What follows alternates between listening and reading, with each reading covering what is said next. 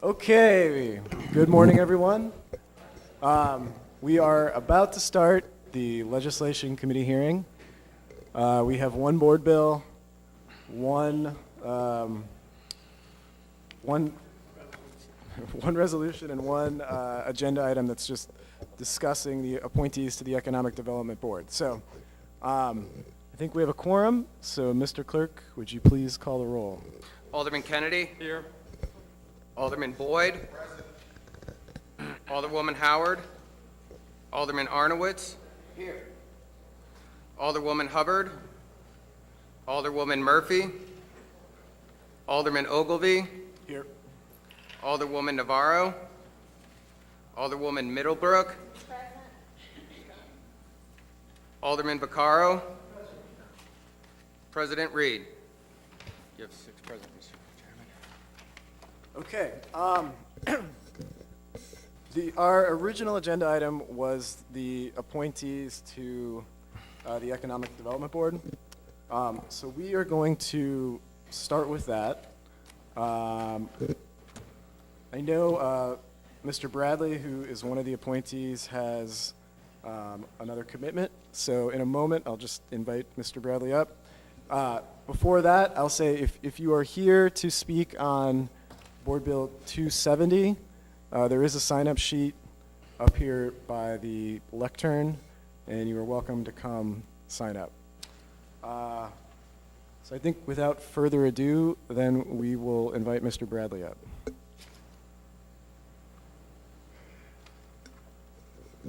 Alderwoman Ingracia, would you like to join us over here? Thanks.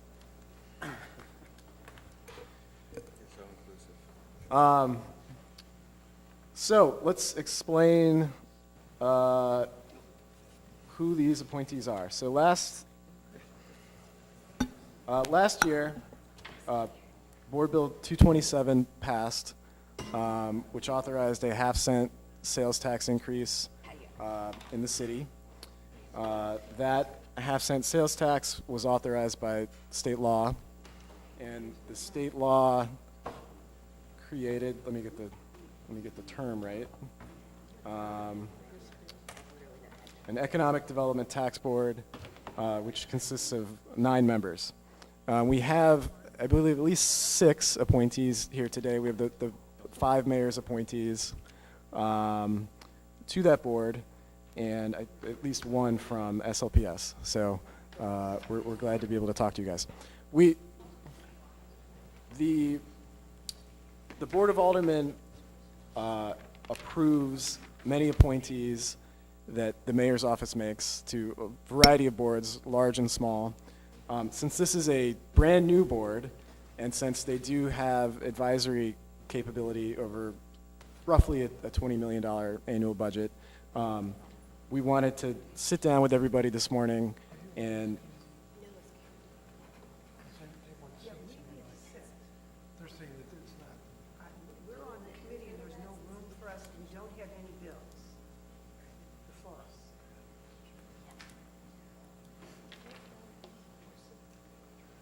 Okay, now there's 2 seats. Who's there? Here, I'll move so these guys can sit together. Okay, that's good. No, go ahead, I can move. Usually it's not. Beth, you're here.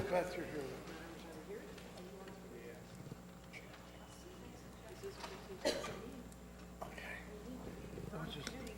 They can't. all right, everybody situated? Great.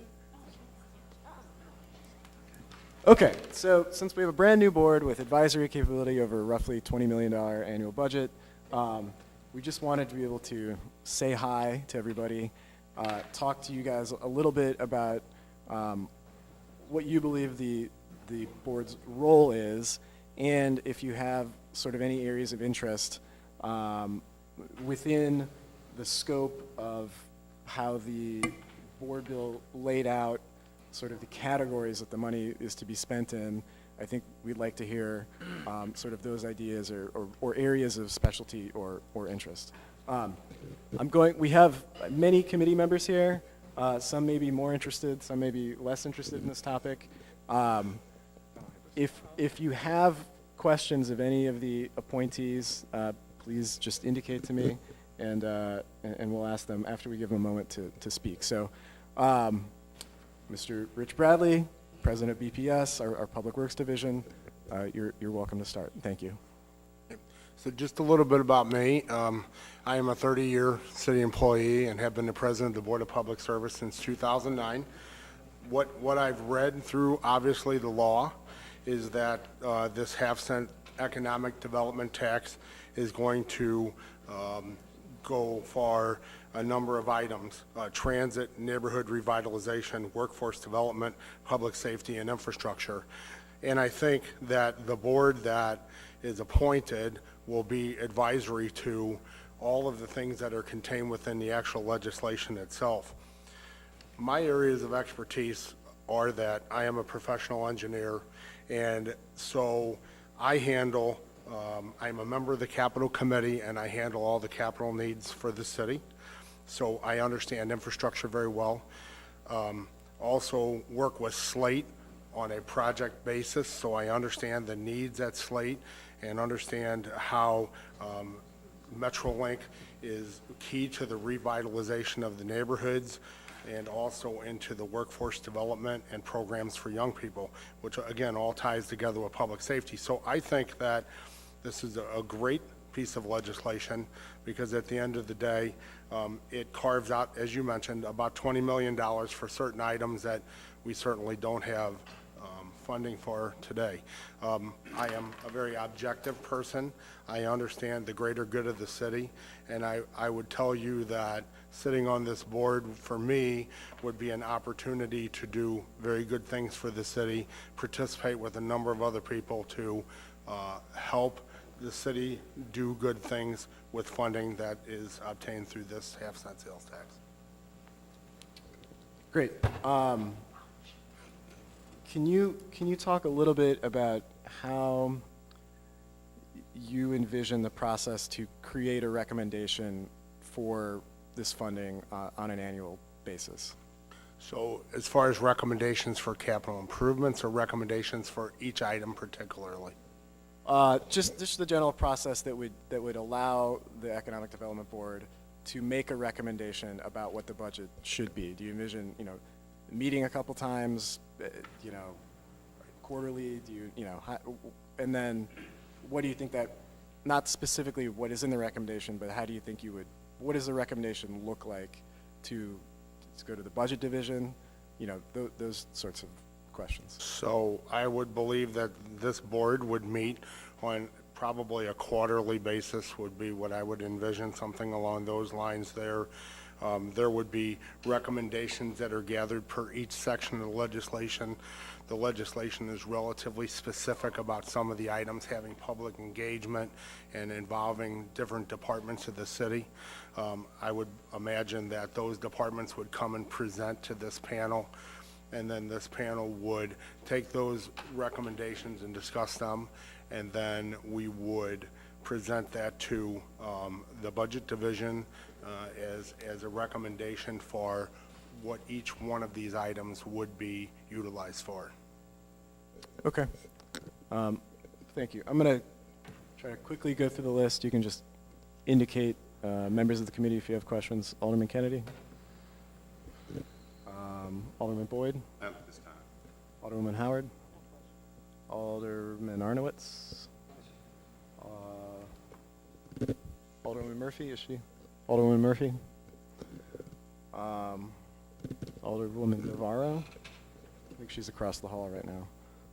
Alderwoman Middlebrook? I know Alderwoman Agracia, not a member of the committee. Do you have any questions? Chairman, did you call Alderman? Yeah, you skipped over me. I apologize. Alderwoman Hubbard? No questions at this time. Did I? I'm trying to go too fast. Let me slow down. I have no question. Alderman Vaccaro, no questions. Thank you. My apologies. And now, okay. Thank you, Chairman.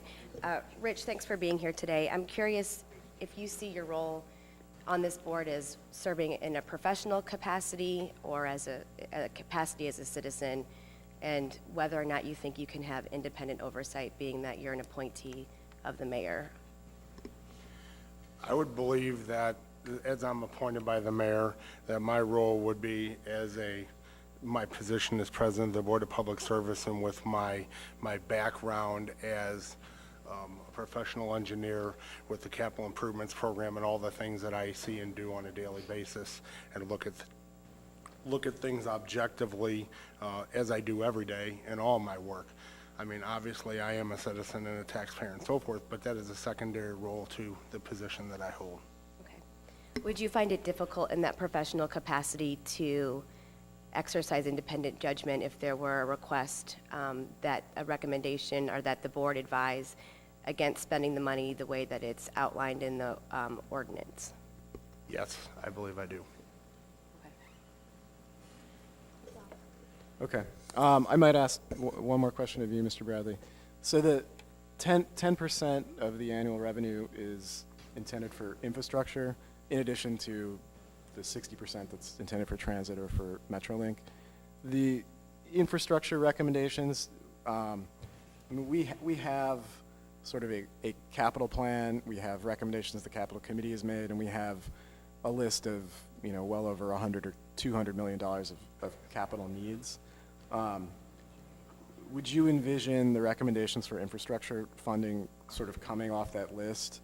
And do you think you prioritize the things that have been prioritized by the capital committee, or potentially make other separate recommendations? So I think that's a subjective question. I think on the infrastructure portion of it, it possibly could be things that we have prioritized. Obviously, by the legislation, the infrastructure portion has to be recommended by the capital committee.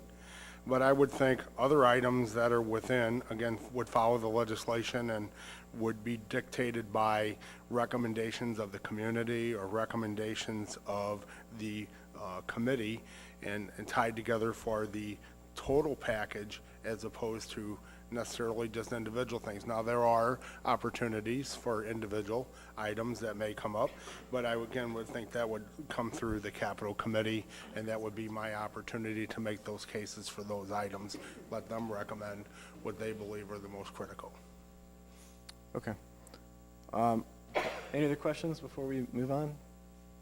Nope. Okay. Thank you very much, Mr. Bradley. Appreciate your time this morning. I think we will have Alana Green up next. Good morning. Morning. Please, we know you, but please introduce yourself and tell us, for everyone else, tell us a little bit about yourself. Sure. I'm Alana Green. I'm the Director of the Community Development Administration. Been with the city about 8 years. Before that, worked directly in community development. Have a master's degree from SLU in public administration and a law degree from SLU. And discuss what you think your role on the Economic Development Board is, and what you think the role of the board, since it's a new board, how do you envision the board working, and what do you think the role should be? The Missouri Revised Statute basically tells us what our role should be, and when you look at Section 67 of that statute, it says, and I could kind of quote some of those things, but it talks about reviewing economic development proposals and also providing a recommendation to the Board of Aldermen on how those funds should be spent. Okay. Is there a particular topic within or category within the legislation that you think you are most excited or interested in? Of course, I'm most excited about the neighborhood revitalization, but as you look at the different activities, CDA is mentioned in quite a few of them. Being on the slate board is one of the functions of CDA director, also working with neighborhood revitalization, and then also as a member of the Capital Committee, I'm also involved with the infrastructure piece. I think the neighborhood revitalization component is interesting because it's maybe the area where we might have the most flexibility or the most ability to create something new that doesn't exist now.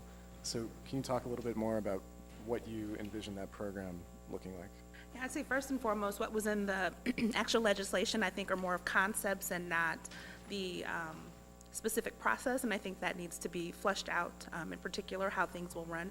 I think The biggest thing is just having data-based analysis and not necessarily objectivity or subjectivity. I think we should be objective as possible using data-based.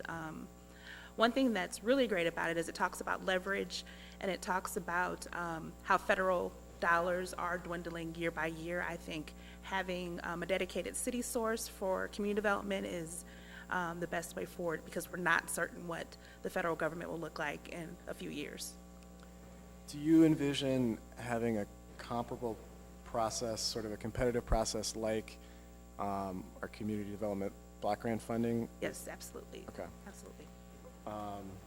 Does that process doesn't exist today, though, for the neighborhood grant? It does not. Okay. It's something that we're thinking about in our office, how to make that fair, objective, and then also taking advantage of the lack of all of the federal regulations that are involved and making sure that we don't put as many strings on it as we would with federal dollars. And do you envision on an annual basis that funding going to like one specific neighborhood, or can it be like a group of neighborhoods, or does it all have to go to the same geographic area, or could it be split into a few different areas? I think the way it's written, it says an area or neighborhood or group of neighborhoods. So I think honoring what's in the board bill, that would be the approach we take. Okay. I'll take questions from members of the committee now. Alderman Kennedy? No questions. Alderman Boyd? Alderwoman Howard? No question. Alderman Arnowitz? Alderwoman Hubbard? Alderwoman Murphy? Alderwoman Navarro? Alderwoman Middlebrook? Chairman Vaccaro? Nope. Alderwoman Gracia? Good morning. Morning. Thanks for being here. No problem. Similar questions to the ones that I had for Rich Bradley with respect to seeing your role first as a professional capacity or in your capacity as a resident of the city of St. Louis with respect to your service on this board. More as a professional. Okay. And do you feel like you're able to make independent decisions with respect to how the funding was promised to be allocated on the ballot and in the ordinance in your role as a professional appointee of the mayor? Yes, as long as decisions are based on data, it becomes fairly easy to have objective decisions. And when you say based on data to have objective decisions, does that mean falling within the realm of the pools of money that have been allocated in the Right, ordinance? following the statute, making sure that we're honoring what our role is that the state statute provides. Okay. Do you have any concern at all that there are no appointees in the mayor's 5 appointee pool that have any experience with public transit or light rail? No, not necessarily. They're experts that could also assist with the committee and the board on that. Okay, so you see maybe being able to rely on reaching out to other experts for advice. On that particular category, yes. Okay, thank you. Thanks. Any other questions? Thank you very much. Appreciate your time this morning.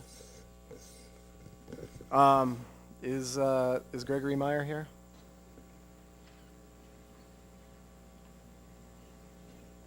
Good morning, Mr. Meyer. Good morning, Mr. Chair and members of the committee. As the chair has indicated, my name is Gregory Meyer. My parents were lifelong residents of the city of St. Louis. Grew up, my mother in the Baden area and my father near Fairgrounds Park. And my brother and sister and I have all been lifelong residents of the city of St. Louis. I'm a retired teacher, and among the subjects that I taught was American government. And so I have an interest in seeing how we can make this process work for the city of St. Louis. And I think that in the past we had a course that some of you may remember was called civics. And I think it helped to promote individuals getting involved in the civic life of the area where they lived. And I think that's something that we need to promote more today, because I think that some people feel a disconnect from their government, whether it be their city, state, or federal. And so that's one of the things that I think that this board can help to do. It can help to engage more individuals throughout our city and help us move the city forward.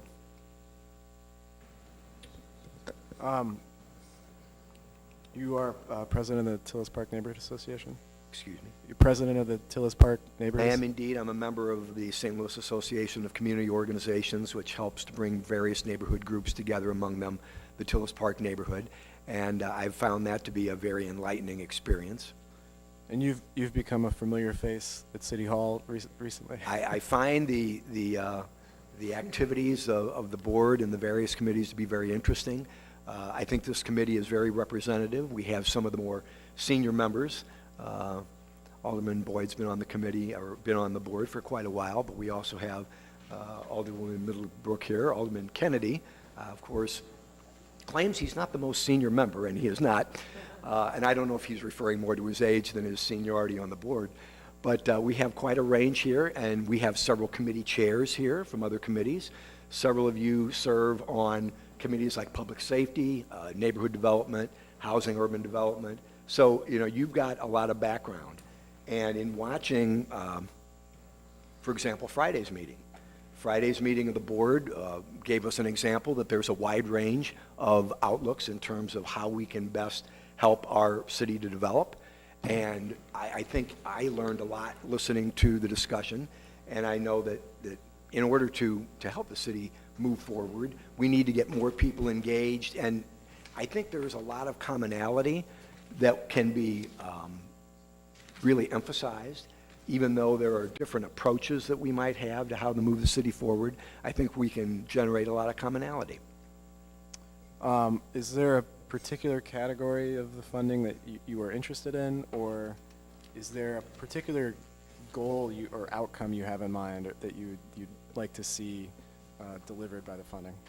I think that it offers the opportunity to work together in a lot of these areas. For example, some people have concerns in terms of mass transit because of public safety. If they use mass transit, will they be safe? Well, one of the areas that is stipulated that money will go to is public safety. And so you might be able to use some of that money for having more people riding public transit from various law enforcement agencies. You might be able to have more cameras that allow us to keep an eye on what's going on in various areas at transit stops and on the transit trains themselves. I also noted yesterday there was a piece on the news from Arlington, Texas, where they mentioned that Arlington, Texas, which is in between Fort Worth and Dallas, is using vans. They decided that the cost of light rail, they were a little bit concerned about that. There is the Dallas area light rail, similar to what our Metrolink is, but they felt that for their purposes, they were looking into using these vans with the idea that just like we have Uber and Lyft, and we have ways of having transportation come to where we are and take us to where we need to go, that might be another approach that could maybe, along with light rail, help to provide public transportation for those who don't have the means themselves. I've even read where some companies are looking at the idea of people just using cars on a daily, weekly, monthly basis. They wouldn't buy a car from a car dealership. They would, in effect, use it on a short-term basis. So, I mean, there's a lot of different approaches, and in this legislation, obviously the bulk of the money goes toward accumulating funds that could be used to match federal funding for light rail. But you also have other areas that are stipulated where that money can go to, and I think they can all dovetail and work together in order to help move the city together. Now with SLACO, there is an effort to try and get buildings that are currently owned by LRA and help people to acquire those buildings, make them waterproof, you know, proper roof, and make sure that the foundation is waterproof and tuck pointing, things like that, and help people get into those buildings at relatively low cost, and get people out of a situation where they're homeless, or maybe they're in rental and they would really be able to benefit from having a home of their own. That would also put those homes back on the tax rolls, and it would prevent us from losing a great part of our heritage of these brick homes that, you know, were built with clay that was mined here, and we had made bricks and things like that. And yet we have large areas of our city that look like they were bombed out in World War II and have not been rebuilt. And so I think that we could do a lot. There's a program that SLACO has been involved in, they call the Finest 15.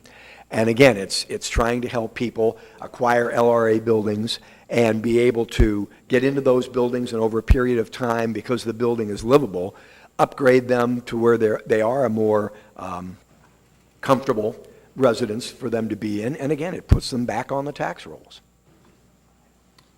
Great. I will take questions from the committee for Mr. Meyer. Alderman Kennedy? No questions. Alderman Boyd? No questions. Alderman Howard? No questions. Alderman Arnowitz? Add it this time, Mr. Chair. Alderwoman Hubbard? Alderwoman Murphy? What a talkative bunch today. Alderwoman Navarro? Alderwoman Middlebrook? No questions? Chairman Vaccaro? I actually just quick, and I probably could have asked you this separately, but how's the court case going? Are we, if you could explain that and Okay. how that passed and it's in court and it would free up money, or would bring money to help bring these buildings together. I know it's something, and I could have asked you, but I just thinking about it when you were saying about that. All right. Proposition NS was voted on, and the city charter requires a 2/3 majority in order to pass, and the state requires 4/7. Well, Proposition NS met the state qualification, but not the city qualification. So it went into court. This was a proposition that was promoted by members of SLACO to have money available that would allow us to, again, take these buildings that are currently owned by LRA, make them watertight, assist in helping people to acquire them, and it was aimed at individuals. This was not aimed at large developers.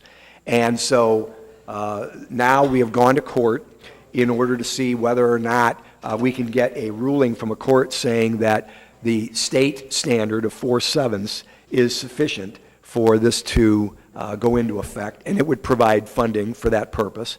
And so I don't know exactly at what point it is in the courts, because as we know, sometimes when an issue is before the courts, it's a rather involved process, and there can be negotiations going on and things like that. My understanding is that the city is not contesting it, that they apparently would be willing to see it go into effect.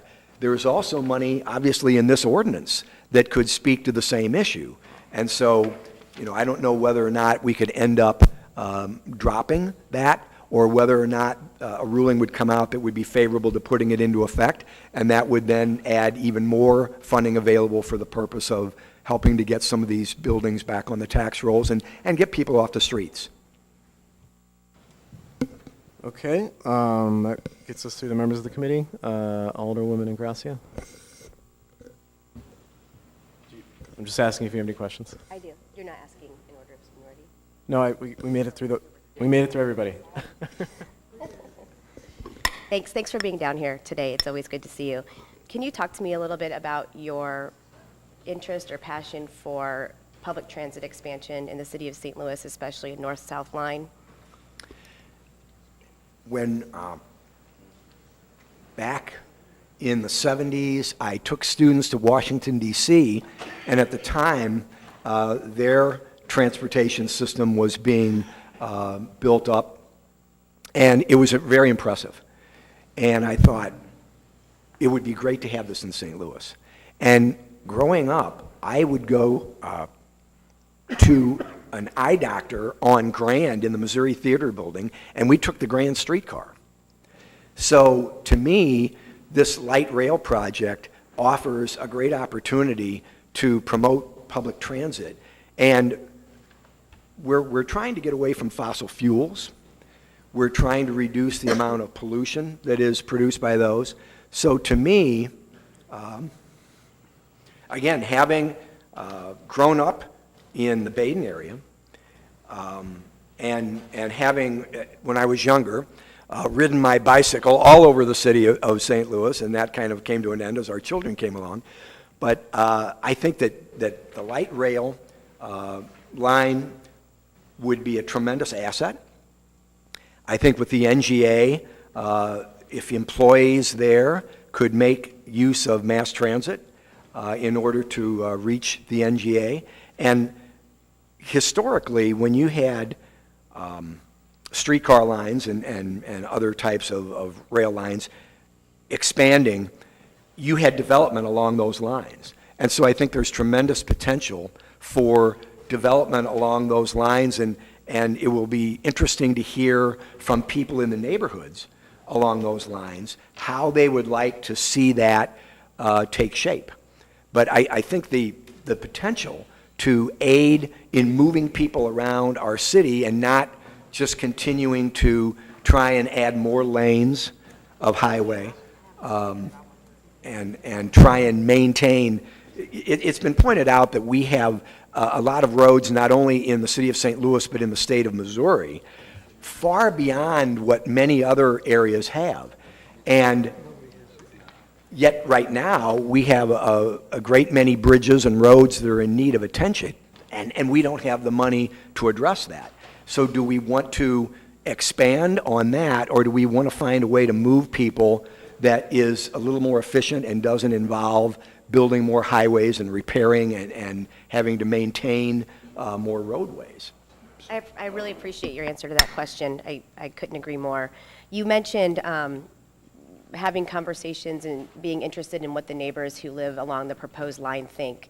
And I'm happy to hear you say that, because I think one of the things that concerns me a little bit, and I'm curious if it does you, that none of the appointees live within the neighborhoods that would be immediately impacted by the proposed line.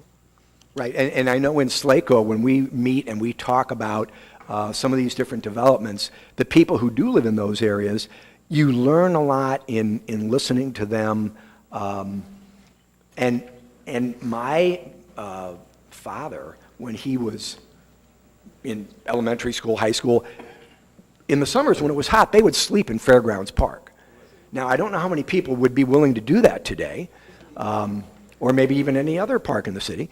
But again, I think there's so many components of this legislation that can come together and help move our city in a better direction. And I think a lot of good things are happening right now. I don't want to discount some of the things that are already taking shape. And I think this could help move us along the way. So some of the neighborhoods are neighborhoods that I literally have a background for because I grew up in, or my grandparents were living in those neighborhoods. And others I can gain a lot from. I noticed in the legislation it talked about having these monthly meetings, and CDA would be involved, and SLDC, and the neighborhood improvement specialists, and I thought to myself, we really could engage the public, and this would be a great opportunity for getting everybody involved in how we can best move this forward. Okay, thanks. Last question. Do you feel comfortable committing to allocating the money in an advisory capacity according to the ballot language and the ordinance? So 60% for Metrolink and then 10% for each of the other pools. And obviously, I understand that our role is advisory, which means that ultimately, obviously, all of you are the ones who pass bills, and you get recommendations, obviously, from the Board of Public Service and from SLDC and other agencies. So I see this as in many ways more of a way of engaging more people around the city. But as far as the way it is currently allocated, I think it all works very well together. Okay, thanks for your willingness to serve in this capacity and for taking time to speak with us today. I appreciate it. Thank you. Okay, thank you, Mr. Meyer. Appreciate your time. Is Tracy Johnson here? Welcome, Ms. Johnson. So tell us a little bit about yourself and your background and your interest in this board. Sure. First, I'm a lifelong city resident in the Baden neighborhood. I've been there almost 30 years. I've been doing social service or social work for at least 30 years. Work with some HUD programs in the city, or a HUD program in the city. I worked for St. Louis Office for DD Resources as a case manager, supervisor, did a lot of outreach. And I'm a very strong advocate in the community for revitalization. That's it. What excites you about being on this board? Nothing. No, I'm kidding. I'm kidding. I'm just nervous. I'm very interested in neighborhood revitalization and the MetroLink expansion. Is there, in your sort of dream world, imagine the most impactful thing that this funding stream could do? What does that look like to you a few years down the road? We got $20 million a year. You get to help make recommendations on what, if you could accomplish something with that funding over the course of a few years, what would you love to accomplish? That's an interesting question.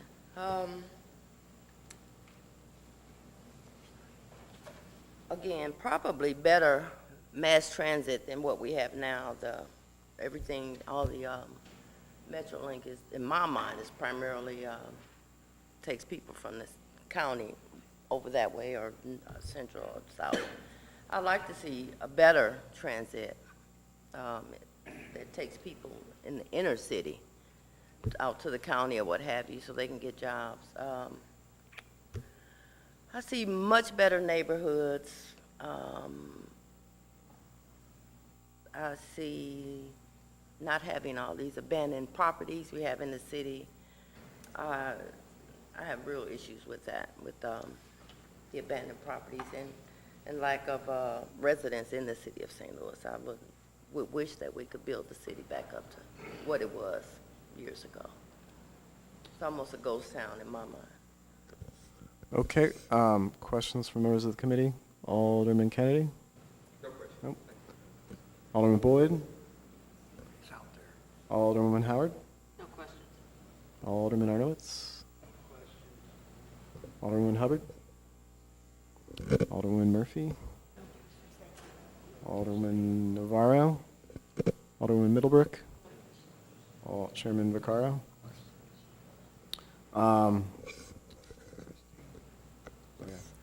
Alderwoman Ingracia? Thank you, Mr. Chairman. Nice to meet you. Thanks for being down here today. Similar question that I've asked others. Do you feel comfortable committing to allocating the money according to the ballot language that voters said yes on and the ordinance, which is an allocation of 60% towards north-south transit expansion and then 10% to 4 other pools of money? Yes, I do. I feel very comfortable. Okay. Thank you so much for your time. Thank you, Ms. Johnson. We appreciate your time this morning, and nice to meet you. Thanks. James Dwyer.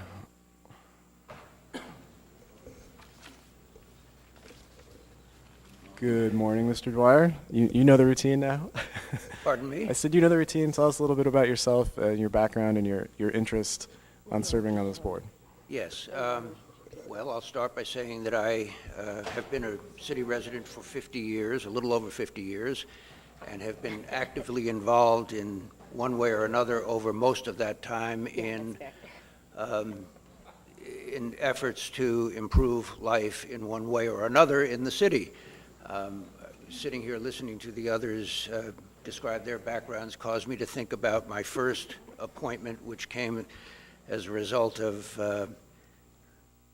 the late Alderwoman Mary Stoller, who appointed me to a Citizens Advisory Committee in the, I guess, early 70s, when the Washington University Medical Center Redevelopment Corporation was first undertaking their efforts.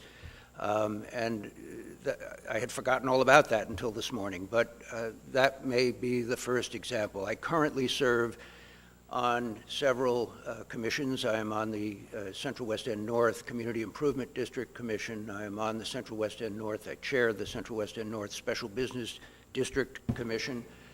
I am the chair of the Planning and Development Committee of the Central West End Association. We offer guidance, advice to the Cultural Resources Office and the Preservation Board. So I've been actively involved in many capacities, wearing probably too many hats over a long period of time. what do you find most interesting about serving on this board, and what's a goal you'd like to accomplish over the next few years with this new funding source? Well, I think it would be presumptuous of me to think in terms of specific goals without even having met with the other 8 members or presumed members of this board. I am a collaborative sort of person, so I would expect to learn as much as I contribute. And so I don't know specifically what might come out of this effort. I will say that each of the 5 categories is important to me. I think mass transit is critical. I think it has the potential for transformative contributions to the community in all elements of the community. I have been directly involved in neighborhood improvement for all of these years, decades and decades, so that is obviously an interest of mine, and I would hope to be able to contribute to that conversation, and perhaps out of that would come something of consequence. But job creation is important. Every aspect of this legislation, I think, hits on something of importance to the future of this city.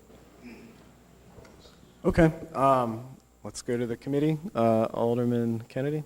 No questions. Alderman Boyd? No questions. Alderman Howard has stepped out, and Alderman Armitz. Alderman Hubbard? Alderwoman Murphy? Alderwoman Navarro? Alderwoman Middlebrook? Chairman Vaccaro? No questions? Okay.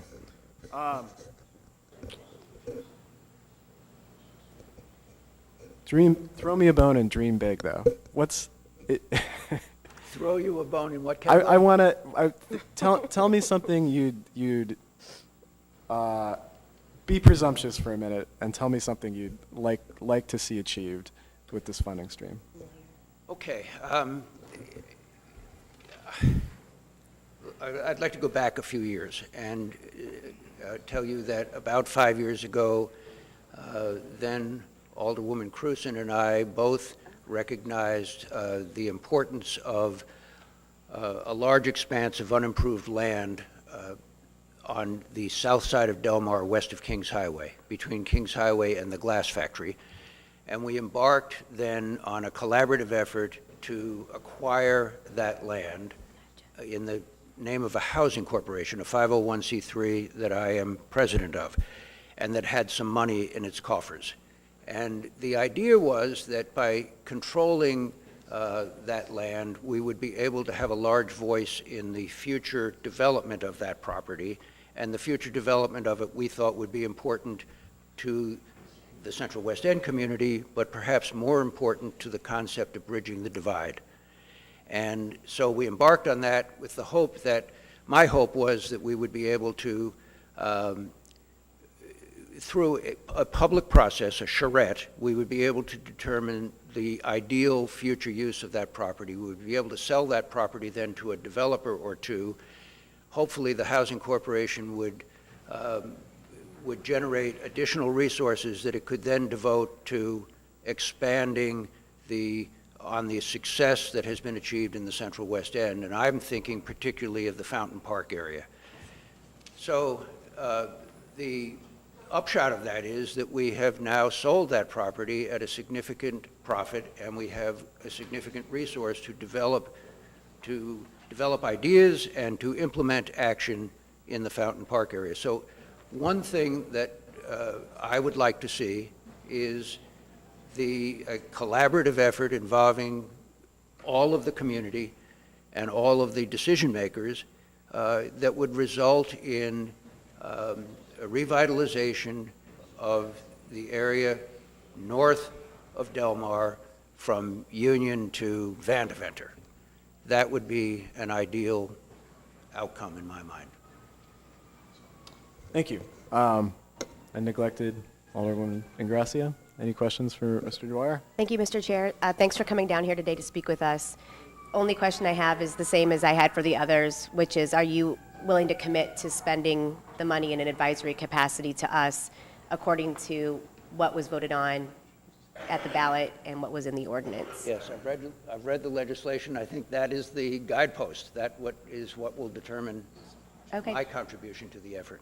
Thanks for being willing to serve on the board. I appreciate your time today. Thank you. Thank you, Mr. Byer. Appreciate your time this morning. Could you pass me that resume?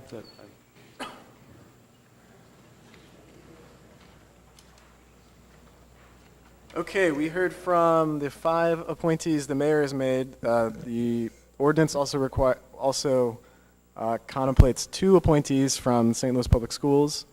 I believe we have 1 appointee here, Mr. Petty. You're welcome to come on up. But before you start, let me ask: you're the only appointee here from SLPS? Is that correct? Okay. Yes. So you'll be our the last person we meet at this committee hearing on this topic. So please introduce yourself. Tell us what your interest is in the Economic Development Board and a little about your background.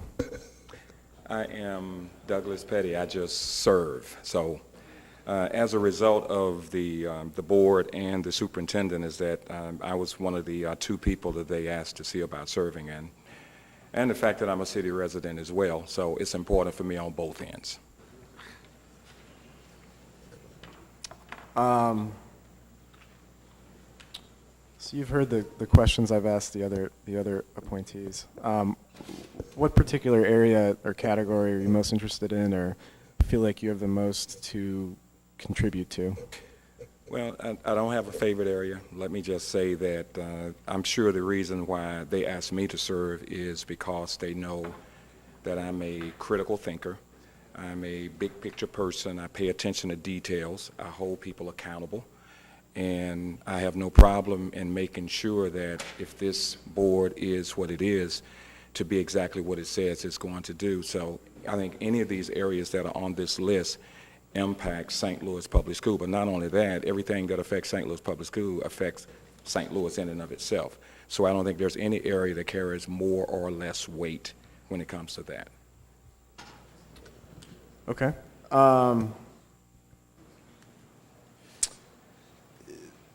Since you're the one person we have here today who's not one of the mayor's appointees, I'd be interested to hear in how you envision the board working and how you envision the board making recommendations. And I ask that question because I would say the 5 we've heard from so far are likely to get a lot of input from city departments. Right. Because we have a long list of needs out there, and this funding should be able to meet some of those needs. But you might come at it from a little bit different perspective potentially. So I'd like to hear about that. Well, having experience in serving on multiple boards over a period of time, having chaired boards, currently sit on the TIF commission as well, then I think it has a lot to do with what is the real scope of what this board does, whether it's ceremonial or whether it's really advisory, and what does advisory mean? Does that mean empowering, or is it just saying something to say something? But if it means paying attention to what this board does, then I do believe that a lot of scrutiny need to occur on everything that comes. I'm sure that there are some things that you as alderperson already have in mind, but it depends upon, again, how much empowerment is for this particular board in and of itself, and that will determine what level of impact it can actually have and how well it can actually serve. Ultimately, when the voters passed this, then that meant that there should be a high level of stewardship expected, that every penny actually counts.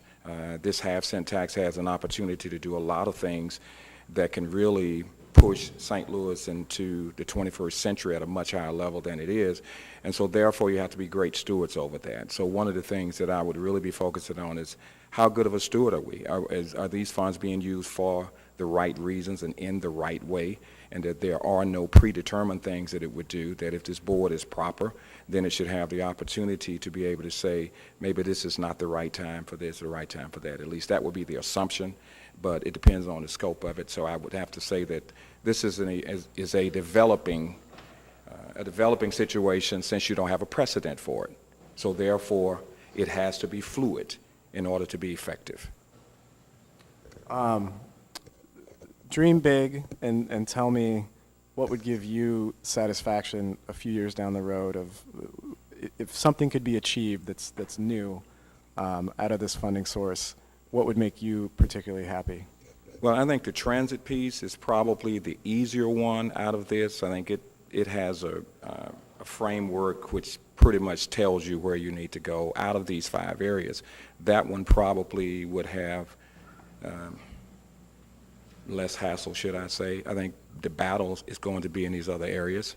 And so one of the things that's incumbent upon, I think, this group is to be able to help St. Louis look like St. Louis everywhere St. Louis actually is, so that there has to be a very intentional effort made to be very selective about how funds are used. And I would actually say that every penny should be used if it's used for the right reason, until after a while you do so many great things that you may be in a position to come back again. Okay, I'll take questions from committee members. Alderman Kennedy? Nope. Alderman Boyd? Yes, just a quick question. Thank you, Mr. Petty, for your willingness to serve and your long history with the city of St. Louis in public service. Yes, just sir. a real easy, quick question. What Okay. neighborhood do you reside in? Alderperson in Gracia. Okay, what is that, Lafayette Square? Not quite. Fox area. Okay, thank you. Alderwoman Howard? Did you skip Mr. Kennedy? Nope, I asked Alderman Kennedy. Mr. Petty, it's a pleasure meeting you today. Well, thank you. As a representative of St. Louis Public Schools, I hope that you can bring some enlightenment on how best to unite the schools and the neighborhoods again, possibly with this. Knowing, you said that the public transportation is an easy part of this, knowing that part of this expansion of public transportation in the city of St. Louis is contingent upon federal funds, how would you envision those monies being used in the event that the federal funding, I mean, we are now in a very precarious situation at the national, state, and local level. If that funding did not come through, would you, and I know it's not entirely up to you, would you be willing to maybe go back to the voters? How do you think that we can develop trust and transparency with the voters in reallocating those funds? Well, and I do believe that based upon what they see, that gives an opportunity to build even more confidence that you are who you say you are and you're doing what you say you would do. I think it's rather an easy sell when people know that there's real transparency, there's real accountability, and they don't have to search for things, that they can pretty much say, I know this dollar went here, it is used for that, I can see the evidence of it.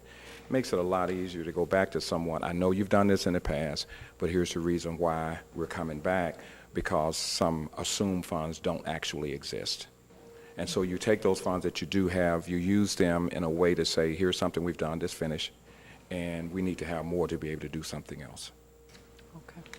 Thank you. You're welcome. Alderman Arnowitz, any questions? Yes, thank you. Mr. Petty? Yes, sir. Thank you for the resume. I really appreciate it. Yes, sir. It says a lot about you, and that you've been involved with a lot of things basically your whole life. Right. And you live in the city. Did you grow up in the city also? I am actually from Birmingham, Alabama. No kidding. Yes. That's great. Well, I'm Yes. glad we have you up here. Yes, sir. I really appreciate your time, and again, I appreciate your resume. Very Right. nice. Thank you. Thank you. Alderwoman Hubbard, any questions? Alderwoman Murphy? You're making it easy, making it too easy. Yeah, I mean, I know, we're trying to speed it up, but I got that, I know that, right? We're racing through it. Alderwoman Middlebrook? Chairman Vaccaro tells me he did not have any questions. Alderwoman Ingracia. Thank you, Mr. Chairman. Thanks again for coming down today.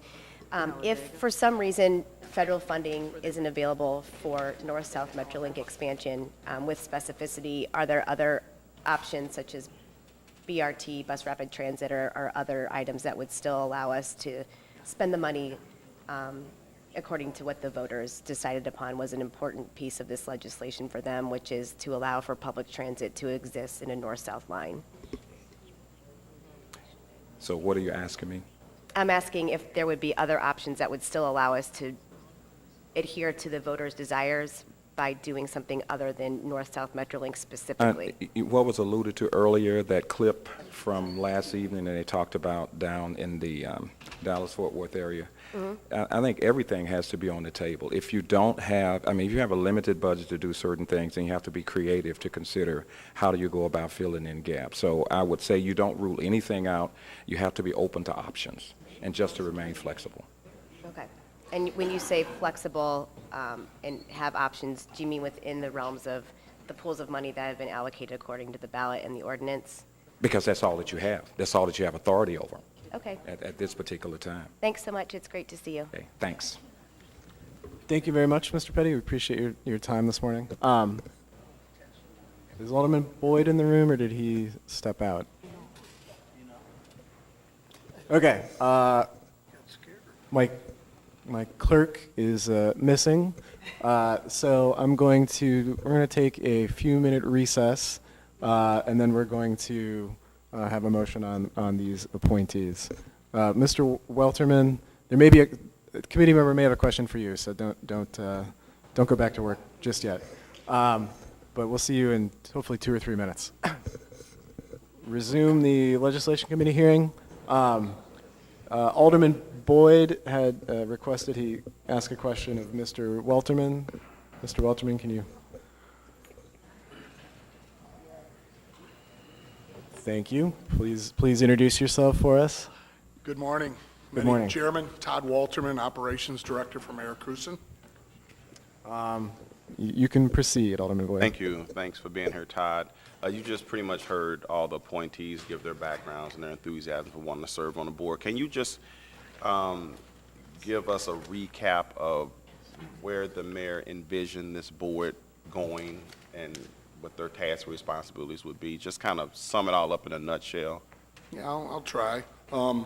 This is something new to us. EcoDevo, it's our first sales tax like that, and it's, controlled by state statute dictates, that we have to have the board and how they'll operate, and so we're trying to operate within those lines. You guys put together quite a detailed ordinance that details where this money needs to be spent, and that's what the voters approved. So, I'm in my 29th year with the city, and I've never seen something so detailed that outlines specific categories that these pots of money need to be spent in. So our goal would be to prepare something that fits within those guidelines, within the lanes of each individual category, and then present it to this commission and have them look it over and banter it around and comment and see what we can produce together to give to you guys for, consideration. It's pretty simple. And like I say, 29 years, I've never seen something that was so well outlined and gives the specifics to fit the spending into. And when is the first opportunity that we would have to actually appropriate these tax dollars? So there's currently money that was appropriated in the current budget in FY18. If you look in the budget book, there's line items that specifically open them up by the categories, but until this board meets and until you bless it, those monies can't be spent. So we collected 7/12 of a year of money, a little over half, and it's sitting there ready to be spent. Now we're getting ready to go into the next budget year, which will generate the whole 20 million, and I don't know if we'll have an opportunity to meet and expend those monies, or whether we'll have to roll the half a year that we're currently in and next year and roll it out as one package. We'll have to see how the timing is, how your action takes place today, and how we can get the board together and meet. So it's all about timing. I'm not so sure I can pull all that off and be ready, for this year. It may get into next year. Okay, so you say, about how much money is it already appropriated in the current budget bill? I believe it's around $12 million. Million? Yeah, there's the 4 small categories, and there's like 1.1 million in each of those, and then there's, I'd be lying, it's probably 7 million in the Metro account, something like that. Okay. And that was approved in the budget that you guys blessed last year. But we don't know what we're going to spend the money on. It's just going to be somewhere within those line items. Correct. We do not have specifics, but I'm telling you, those boundaries are set up pretty tight by the ordinance language. Okay, and out of curiosity, I think you did a good job at appointing, making the recommendations on appointments. I'm just kind of curious, since this is called the Economic Development Tax Board, I was just kind of surprised that the head of St. Louis Development Corporation wasn't involved, or is there a role for the Director of Economic Development, since we already have such an entity? Right, so, you know, our effort that we put forward, our plan that we put forward will include that. I was just talking to Otis Williams a little while ago and saying, you know, we're not going to do it on the blind. It needs to be, you know, a fully vetted idea that goes out, and it'll, all the arms of the city, you know, that work for the mayor, work with the mayor, will be part of this decision. Because it's a very transparent process. So between us, we got to give something good to this board to meet, that's going to go to you, and we're going to, you know, have more conversations about it. Okay, thank you. No further questions, Mr. Chairman. Okay, are there any questions of Mr. Welterman on my left? Anybody? On my right? Okay. Thank you, Todd. Appreciate your time this morning. So these, the mayor made these appointees. The full board sent these appointees to the legislation committee. So I'm going to make a motion that the legislation committee recommend for approval the mayor's 5 appointees Second. to the Economic Development Board. I'll just name them: Richard Bradley, Alana Green, Gregory Meyer, Tracy Johnson, and James Dwyer. We have a motion Second. and a second. Mr. Clerk, please call a roll. Alderman Kennedy? Aye. Alderman Boyd? Aye. Alderwoman Howard? Aye. Alderman Arnowitz? Alderwoman Hubbard? Alderwoman Murphy? Aye. Alderman Ogilvy? Aye. Alderwoman Navarro? Alderwoman Middlebrook? Aye. Alderman Vaccaro? Aye. President Reed? You have 8 aye votes, Mr. Chairman. Okay, the motion passes. I'm going to separately make a motion that the legislation committee recommend the St. Louis Public Schools appointee, Douglas Petty, to the full board for approval to the Economic Development Board. Second. Previous role. There's been a motion and a second. There's been a request for previous role. Any objection to previous role? Okay, the motion passes. Thank you, everyone. We can now move on to the next next item on the agenda. Alderman Boyd, you are recognized on Board Bill 270. We have, before Alderman Boyd starts, we have a few speakers signed up. If anybody has not signed up and wants to speak on this bill, please do so now before we get started.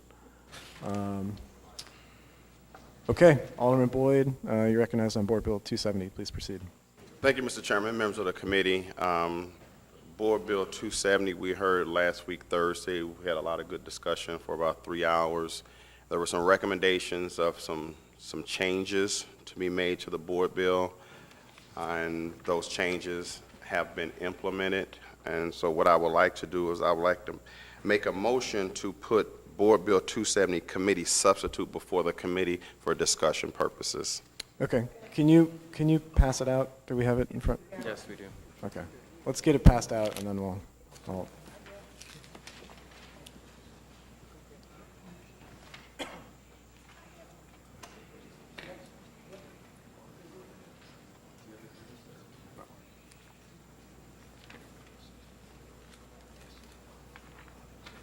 So while that's being passed out, I just kind of want to talk a little bit about Board Bill 270, first of all, is basically some landmark legislation for the city of St. Louis. We did a disparity study back in 2015, and it's taken at least 2 years to massage all the data, to work with all the partners, all the stakeholders that would be involved in this particular board bill. I have felt that I've done my due diligence, most recently meeting with the Social General Contractors Group, meeting with Hispanic group, meeting with the Native American group, talking with the African American group. The only group that didn't come forth and have any issues was the Asian American group. So I've talked to SLDC, and I'd have to say in compliment, we have a very good staff over at SLDC to do our compliance and our monitoring. And they've been doing a pretty good job over the years with that under the mayor's executive orders that we've had since Mayor Vince Shamel days. However, what has always been missing was enforcement. And now we have a board bill that provides us with an opportunity to really hold everybody accountable for minority participation, especially when it comes to public works projects with the city of St. Louis. But it also affects tax abatement and TIFs over $1 million. I want to just go ahead and point out. Okay, let me, does everybody have Board Bill 270 committee substitute in front of them? Okay. No. Is this committee substitute? It's not marked. You have a CS? Oh, okay. You have the committee sub. You still got them up there. All right, I'll ask again. Does everybody have Board Bill 270 committee substitute in front of them? On my left, yes? On my right, yes? Okay. So we're all looking at the same bill. I'll entertain that motion now. Alderman Boyd. Mr. Chairman, I'd like to move that Board Bill 270 committee substitute be put before the committee for discussion. Second. We have a motion and a second to discuss Board Bill 270 committee substitute. It's before us now, so, okay, we can discuss it. Okay. Alderman Boyd, you can proceed now, maybe by discussing in particular what changes were made Yes. compared to Let's say previous on Board Bill. page 7, there was a lot of discussion and consideration given to the inclusion of Asian Americans and Native Americans, even though the disparity study did not show a significant disparity. But in order to make sure that the city of St. Louis, wants to be inclusive of everyone, does not want to alienate anybody, we decided to go ahead and place it in there. So on line 20, it talks about, in addition, the study documented a certain availability and disparity of Asian Americans and Native Americans. So that's added on page number 7.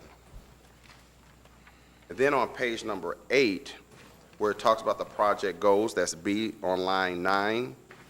It talks about the project goals shall be applied to solicitations for construction bid. The construction project goal is the goal that shall be met by utilization of African American, Hispanic. Here's where we added Asian American and Native American, and of course, women-owned construction subcontractors.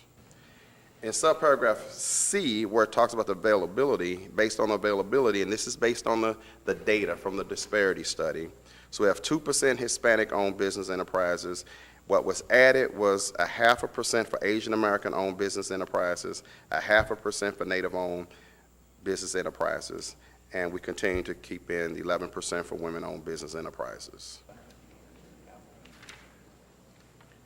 On page 9, line 9, where it talks about paragraph F, MWB prime contract bid discount shall be applied. On line 9, we inserted Asian American and Native American. As well in line 11, we inserted Native American. On line 21, where it's subparagraph G, incentive credits, we included Native Americans. Am I going too fast? I think you're doing okay. Okay. Yeah.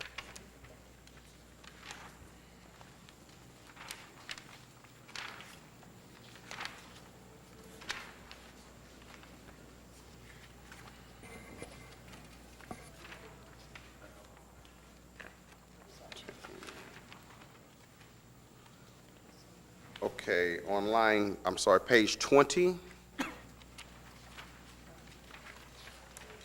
Page 20 is part of the sunset provision.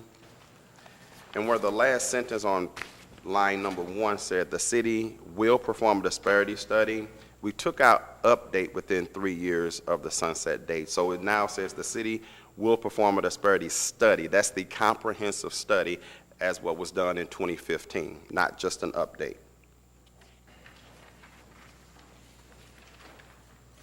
On page 22, line 3, we changed 15 days to 30 days on line number 3.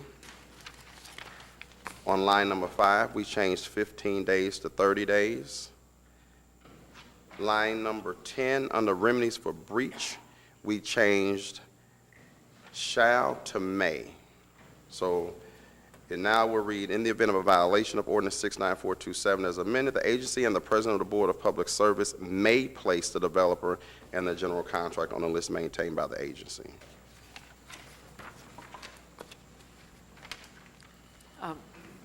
Is the 1 year an amendment to this? Is that on line 13? Or is that? The original is. No, that was originally in there, Okay. in bold. So those were all the changes that were placed in the committee substitute. Now let me talk to some recommendations that were recommended by the AGC. So the Associate General Contractors are recommending to keep business as usual with being allowed to cure or perfect basically a subcontractor's bid within 72 hours. Now, what that provides is an opportunity for the prime contractor to go to the minority contractor and get a better bid. In some cases, and this is my own personal story from a plumbing contractor, used to be in the 22nd Ward, that was put in on a major project, and what happened was the prime contractor gave a bid of, I'm making this number up, of $100,000. He was the lowest bidder, the lowest prime contractor. So he went back to this particular plumber and said, hey, look, I got this bid, you want the work, you got to do it for $100,000. Now, in some cases, because some of the minority contractors did not really have business savvy and didn't really have the capacity financially, and they want to keep their employees working, because once you start losing people, it's kind of hard to get them back. They agreed. And oftentimes, those who agreed to that lower number, they were making no profit. They were basically keeping their employees working. They were then behind on their federal and state taxes, and they basically went out of business. Now, these minority contractors are not going to come to the prime contractor and complain, but they'll complain to the alderman behind the scenes or whoever would listen. And here's why they wouldn't complain publicly about it, because then they would become ostracized, potentially. Not always, because some of them will work it out and say, what's a fair price, and I'll do it for that particular amount. But at the end of the day, if we are very serious about minority participation, if a minority contractor says $250,000 is what I can do this job for, then they should be entitled to that $250,000. Because at the end of the day, the prime contractor gets that big dollar amount that they've put to become the lowest bidder. So that's only fair. And I'll just be honest with you, I don't understand why the industry, well, I understand why the industry had that practice, but I don't understand why we haven't stopped it years ago. Because that is an unfair practice. If you are a homeowner and a person gives you the bid, you expect all your bids in on that particular day from all the particular subs. And that's it. And that's the number that you go by. All this playing around with public funds has to stop. Let's be fair and let's be equitable in the distribution of public funds. Now, again, I'm not saying everybody gets harmed by this practice, but far too often some do. Many do. And the 72 hours is just unacceptable, and it's just something that has to stop. And then there's the issue about the penalty. Some may say, well, I just don't understand, I'm not sure what the penalty will be. Well, we don't need to put all the details of the penalty and how the percentage will be calculated inside a board bill. That will be done inside the rules. SLDC will promulgate rules, and there will probably be a matrix system, and it's based on performance on what the penalty may be. And so that doesn't need to be in the board bill. And out of fairness, the 72 hours needs to stay out. We need to stop that practice, period. So, Mr. Chairman, I'll entertain any questions as it relates to the changes in the committee substitute. Sure. Could I ask Mr. Williams to sneak over here as well? So I think there's probably going to be questions about, let's say, 4 areas. The first area is inclusion of Native American and Asian-owned contractors, which the committee substitute addresses. I think the second question might be combining all the groups into one category, which I think we're probably not going to spend too much time on. And the final 2 areas are this 72-hour period and the liquidated damages segment would be my guess. So I guess before we open it up to questions from the committee, is there anything you'd like to say, Mr. Williams, about the committee substitute or about the 72-hour period or about, I would like, maybe, I know I asked you this last week, but to go through exactly how we're going to calculate liquidated damages again. That was a lot of questions I just threw at you, so. Yeah, and I think last time I had had a few people to help me get through some of your questions, but I'll start with. Well, why don't we just go one at a time and go through it? I think the first one was about 72 hours. Is that fair? Sure. Okay. We recommended the language that is in the board bill, and I know that there's been a number of conversations being had about that, and so it was based on the feedback that we had from a number of contractors. But with all of these laws well, not laws, but with all of the things around the executive order, we always had rules and guidelines that essentially were the basis for how we adjudicated the program. And so this is one of those where we feel and felt very strongly about the 72 hours, and we will continue to support that. But we also are able to continue the discussion and work it out potentially in the rules and guidelines. But the Alderman is the sponsor for this, and we always support the sponsor who is leading the legislation that we have. I just mentioned that might be one way that we might be able to work through that. Okay. Can you talk about how the calculation of liquidated damages will happen? And let's just assume it's a case where you want to implement a payment for the damages, not where you utilize discretion to not do it, but where you. Well, I think we go back and we say that the liquidated damage is absolutely the last thing that we will do. And that we always, if a company does not make the goal, we always look to see whether or not there was a good faith effort, and there are always potential situations where it was impossible for the contractor to be able to make the goal just from lack of availability, or there may be times when there are. In that availability, there may be multiple jobs going on, or there just may not be the people that are the companies in that particular area. And so, but we do our due diligence and we determine whether or not there's been a good faith effort. But if there has not been a good faith effort, then that's when we say that there is potentially liquidated damages. And just we use the example of if in the case of, say, African American goal of 21, and the person probably got 12, and there was a possibility that he or she could have done better, or the company could have done better, then the liquidated damages would be the the percent, in this case, if it was 12, would be 9%, that we would then, the value of that contract.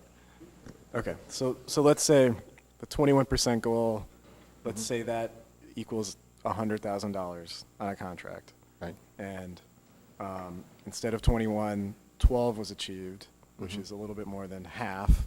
Right. So the African-American contractor got 55,000 rather than 100,000, which was the goal. I'm rounding a little bit, but that makes sense, right? So the penalty, the liquidated damages penalty would be that gap, which is, in this case, 45,000. Right. And that is payable to SLDC. Correct. And that the bill specifies that then goes to Slate for some purpose, correct? Yeah, I believe that there was a workforce support issue, but there's also, I think, we were, I believe that. And so maybe I should ask Amber or either Leslie, am I correct in that interpretation? Yes. I couldn't hear her, sorry.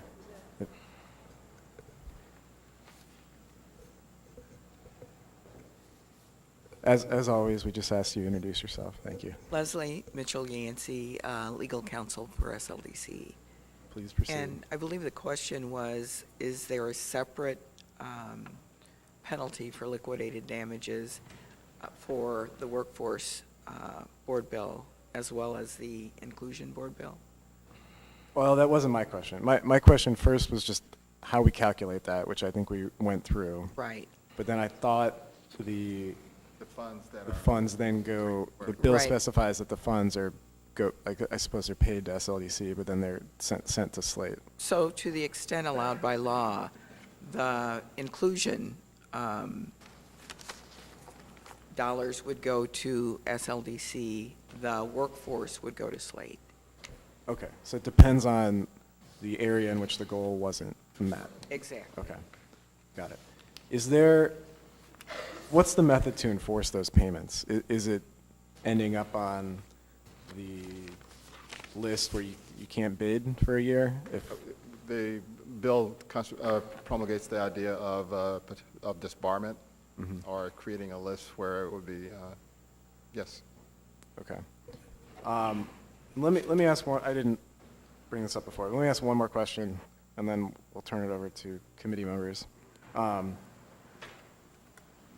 There's going to be some concern out there that meeting all the categories within this bill, meeting the goals in all the categories, is going to make it less appealing for some contractors to bid on projects, resulting in fewer bids and possibly higher bids. Are we going to keep track of if we see a real diminishment in the number of bids we're getting when we issue them?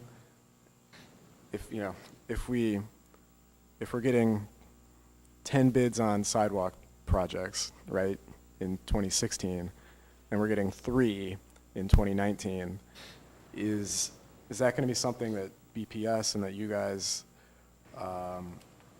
pay attention to, I guess? We will always keep abreast of how things are being impacted based on the rules that are approved or either promulgated. For BPS, we generally rely on them to report back to us on how things are going. I know that we do have people on our team who look at the public works side of the house, and so we will keep track of that. For redevelopment, which is one of the keys here for things that are $1 million over tax abatement or TIF, generally the developers are the ones that are hiring the GC, and the GC then subsequently getting the subs. And I think that we will be able to, through the course of adjudicating on that, understand whether they are having some difficulty. So if that's one of the things you'd like for us to look at, and we will. Well, yeah, I mean, it's sort of the unintended consequences category. Well, let me right? just say that thus far, we've had essentially similar rules for the mayor's executive order, you know, and so we have not had issue with getting contractors. In fact, the bulk of the work in the region is actually here within the 61 square miles of the city, and so we have not had a problem with people moving ahead seeking contracts. Okay. So I'll turn it over to the committee for, yes, Before you have the committee answer questions, I would I like to add- apologize. Go ahead. I would like to add another piece to the presentation, just so you guys can get an understanding of what happens on bid date and when it's due. So whoever wants to come, Amber or Vladimir, to just kind of talk about that process, either one of you guys can step up and just kind of explain when the bids are due, you know, what happens on that bid opening day, and what documentation are you guys looking for? Vladimir Monroe, Contract Compliance Manager, SLDC. So typically what happens is BPS will send out a pre-bid. It's usually 21 days prior to bid opening date, and it has to be advertised in the St. Louis American. Once that occurs, they'll open up the bids, and they'll send that to my office to ensure that the minority business and the women-owned business component is met. And if it is, then I send a letter detailing that we approve this project to go forward based upon the minority and women-owned business participation on these projects. Talk a little bit about the 72-hour rule and what happens. Certainly. And why has it been a standard challenge? So I don't know why it's been a standard practice, but it has been in St. Louis City. If you look at other municipalities, that's not the way, and moving towards the 25th century, that's typically not the way it works. So on the day that your bid is submitted is the day that you have to have everything aligned. I came from Chicago, so that's typically, Chicago operates via an ordinance, and it's the same component. So if your bids are due by noon on Tuesday, you're not given a 48-hour or 72-hour period to reconstruct what your bid is going to be as far as minority women-owned business participation. One of the challenges that we have here in St. Louis is when that is done, when you're given a 72-hour window, you're able to go back and tell a minority contractor that although I did receive this bid at $50,000 from you, I'm going to need you to, if you want to perform on this project, I'm going to need you to reevaluate your bid or value engineer it to bring that cost down. So in that component, then the prime contractor actually is going to receive far more profit than he would originally. The other thing that it does, it allows for an individual to submit a bid and then come back and tell us that although I did receive this bid from this contractor, and the reason I got this bid is based upon this participation, this contractor, for whatever reason, isn't going to work on this project. So now, as opposed to coming in at 25-5, now they're coming in at 15-2, and they're still awarded the project in spite of the fact that the reason that they got it is based upon participation from a minority or women-owned business. Okay. You're welcome. Alderman Boyd, anything else? I just want to make sure that, since you called up the director, which I appreciate, that, you know, you hear from the other perspective. Great. So members of the committee, we can have questions of Alderman Boyd or Otis Williams on the committee substitute. Alderman Kennedy?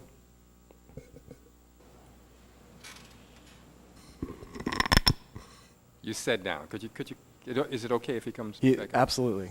Okay, Come on. thanks. Welcome back. Thank you. Good to be back. I would just like to be clear. Yes, sir. So the bill requires all of that information to be submitted at one time, the minority participation numbers, all of that. Yes, sir. 72 hours, as being proposed by some others, would allow for a number of things that you just mentioned that could basically undermine the ability or the intent of having minority participation, the 72 hours. So what some are proposing is being able to submit the bid and then 72 hours later be able to say what their minority participation numbers are going to be.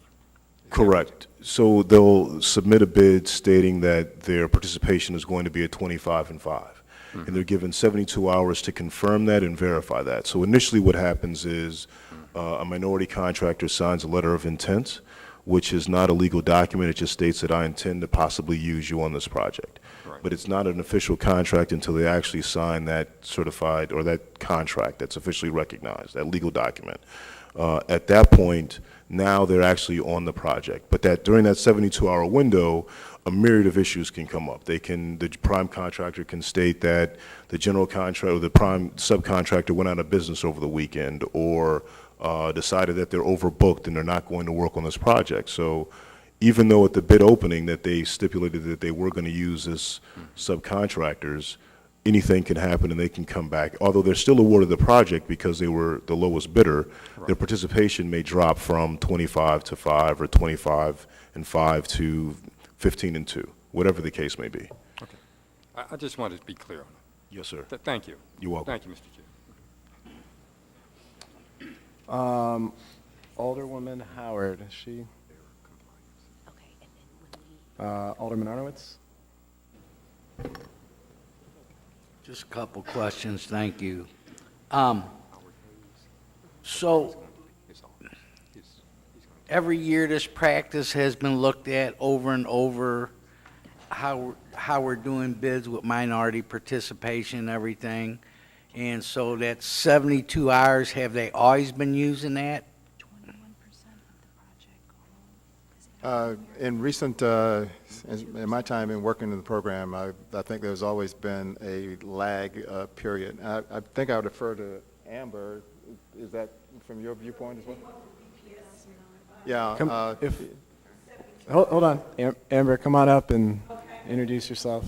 So let me just say that this is a very precise industry, and so we have some folks who are very detailed in this, and so this is why I bring them up. So Amber is the person who is the certifier at the airport that runs the city's certification program. Vlad runs the compliance part of it. So we certify and then we comply, and so they do this on a daily basis, and so they can give you more detail. Hi there, Amber Gooding. I'm the Director for Business Diversity Development at the airport. In addition to, as Mr. Williams said, that we are responsible for the entire certification of businesses, but we also, the airport is a very large division of the city. We also do monitor and do the compliance and good faith effort review for all airport projects. So Vlad and I are counterparts to each other, and we work with each other, and we come across many of the same issues when it comes to the verification and review of the prime contractor's efforts in meeting the 25 and 5 goals. Okay. Alderman Arnowitz, was that? Yeah, and then I guess something else, just a comment. So, I understand, so bids go out and then someone tells a minority contractor, you're gonna have to do this for $50,000, but they're gonna generate more than that, and sometimes they'll lose money. I would hope that any contractor is smart enough to figure that out. Why would they take a job at a loss? I mean, you know, I'm just amazed about that. So St. Louis is fairly unique in the way the minority business operates here. So unfortunately, a lot of times, as Alderman Boyd alluded to, there's some blackballing that goes on or blacklisting that goes on. So they're kind of precluded from going to the regular avenues of complaint to discuss what's going on for fear of reprisals, and then never be actually working in St. Louis again. So to sort of circumvent that, they use other resources to sort of voice their concerns, some of which is to contact my desk, possibly Alderman Boyd, and then Amber Gooding as well. Okay, and then I know we talked about the penalties and everything, but I don't know how much the penalties would affect anything, but I hope it doesn't. I mean, I hope, I'd like to see the 72 hours to let aldermen know when we're giving our money away to fix hockey arenas up. But thank you, I appreciate it. Okay, back to Alderwoman Howard. Any questions? No. No. Okay, Alderwoman Hubbard. Thank you, Mr. Chairman. Do we have any data to support, like, how many contractors who haven't been compliant? I'm just curious as to what that picture looks like. Yes, we have data on every contract that has been let. And so, I mean, I know it's a huge issue, but what type of numbers are out there as far as? I would have to get that for you because I don't know the summary. And we generally do a report by department annually, and we can get you that if you like. Okay, and what do you think some of the barriers have been to them being compliant with our current minority participation goals? Well, sometimes there just needs to be a will, but some of the things that when people say they cannot make it is because of the lack of availability. And sometimes, I mentioned earlier, sometimes there are multiple jobs that are going on that cause that lack of availability. And sometimes when I say availability also, we may not have companies that can perform in that area, and enough of them. And so one of the solutions is to grow minority companies and also to train the minority and women workforce. And currently, what type of programs do we have going on via Slate or whomever, where we're trying to develop that skilled workforce so we won't have to hear those issues of, okay, well, people weren't trained? Well, we're fortunate. We're working with partners at the AGC. I think they have training programs as well as MOCAN. Slate has a program. One of the issues also is availability of funds, access to capital. And so we started a program, a contractor loan fund, to be able to assist that. So there are a number of tools that are currently in play. I think SLDC also works with a group to have to try and get companies better trained on back office kinds of issues, because that's one of the key issues that companies are confronted with. So I think that there are some assistance out there, but we are always looking for more resources to be able to cause better training and for folks, and an opportunity for companies as well. Thank you. No further questions. Alderwoman Murphy. Yes, thank you. I don't know if this is for you or not. The 72 hours, is that common practice, or is it in the current ordinance? Or is it just something that we just kind of do? I'm not sure. Is it in the executive order why we do 72 hours, or is that just a practice? I think it's just a BPS practice that they have, and I think we've sort of adopted it over time. Okay, so it's not actually in the ordinance, and the I'm new one looking says for it's help. taking it out, and if it's not in, why are we taking it out? Is what would be my question. The 72-hour, deal. And the other thing is that I was just wondering, I'm not a contractor, why would a contractor bid for something that they couldn't comply with? Is that a matter of time between the bid and when the project actually comes to fruition, or? I would have to defer this to folks who are actually in that business. Okay, I just wondered. But I think it's a matter of timing. It's timing more than Everybody's working anything? with a clock, and they're trying to meet the timeline that is required. And so maybe you can address that. Thank you.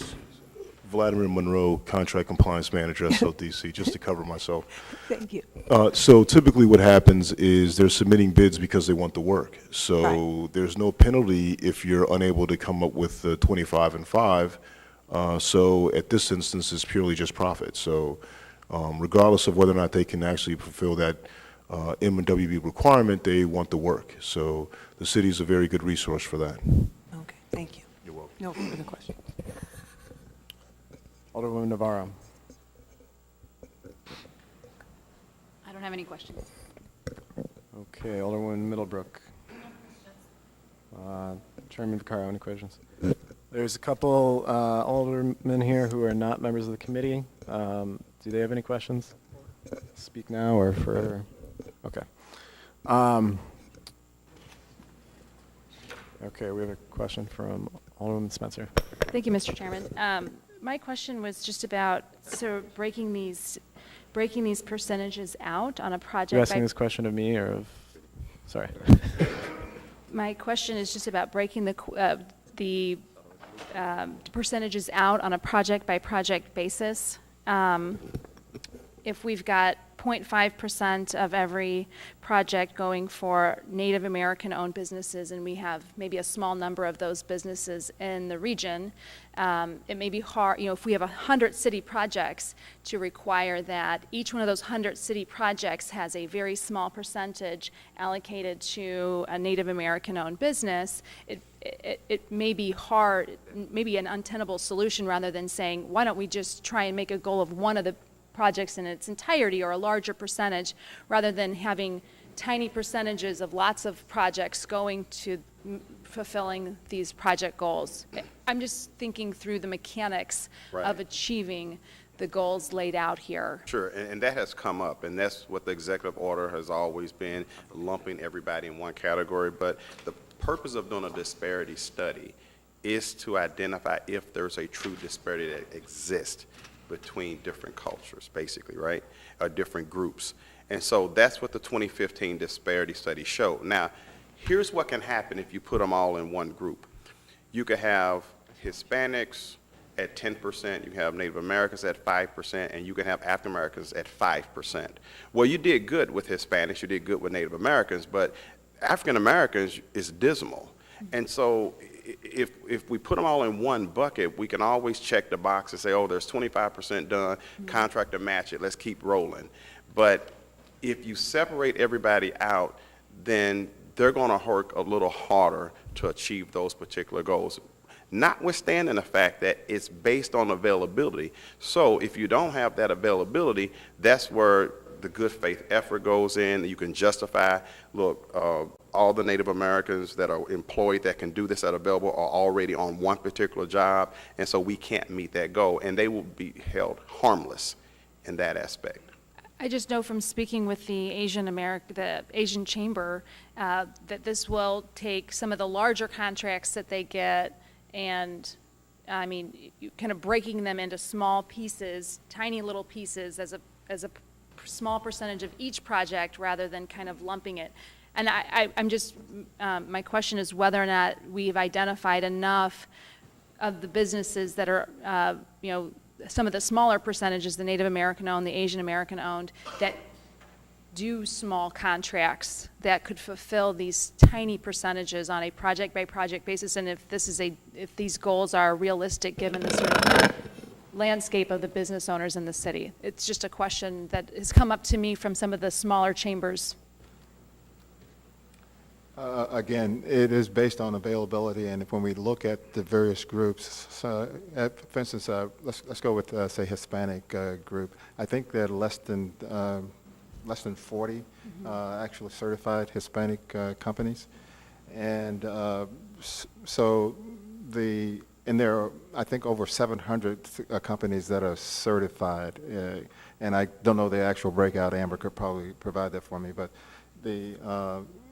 so we were looking at this, and the disparity study focused on the availability, and then in the strict interpretation, if you will, of disparity, came out with the recommendations that we are providing here.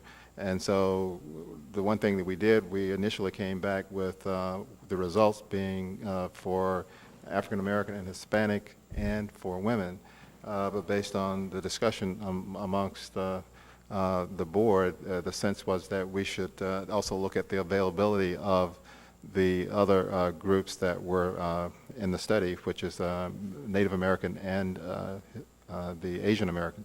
And so we looked at the availability, and so that's what the bill recognizes, is the availability of the group.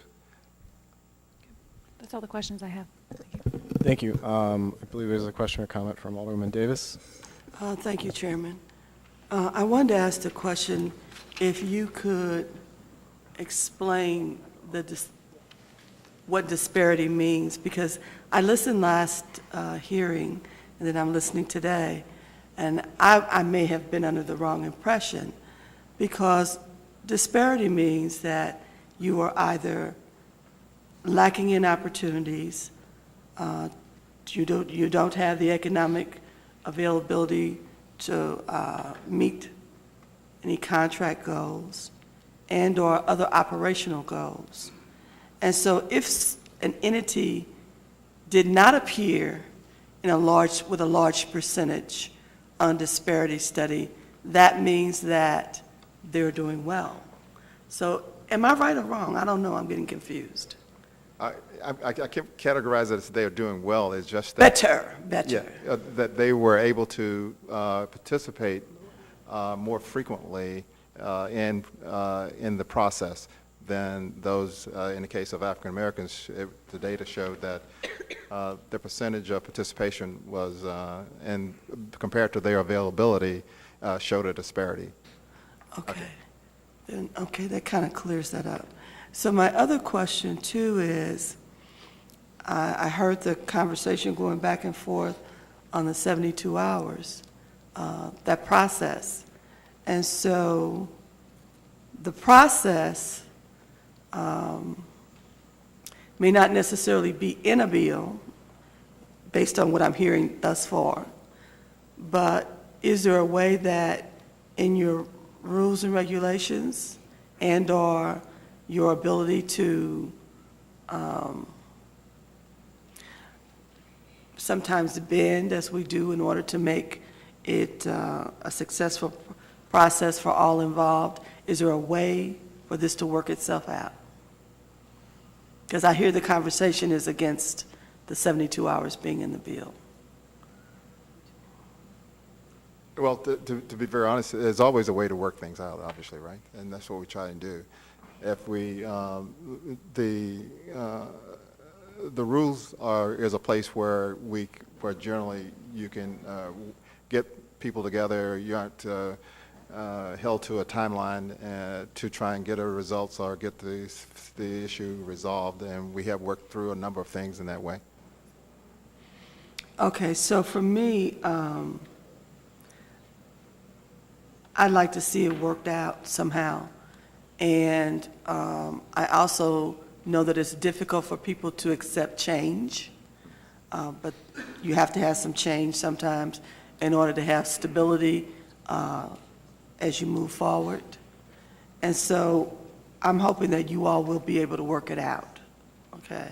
And to give you, just to give you a little bit of some worst-case scenarios that I've seen this entity, when I say this entity, I'm talking about SLDC, CDA, work out.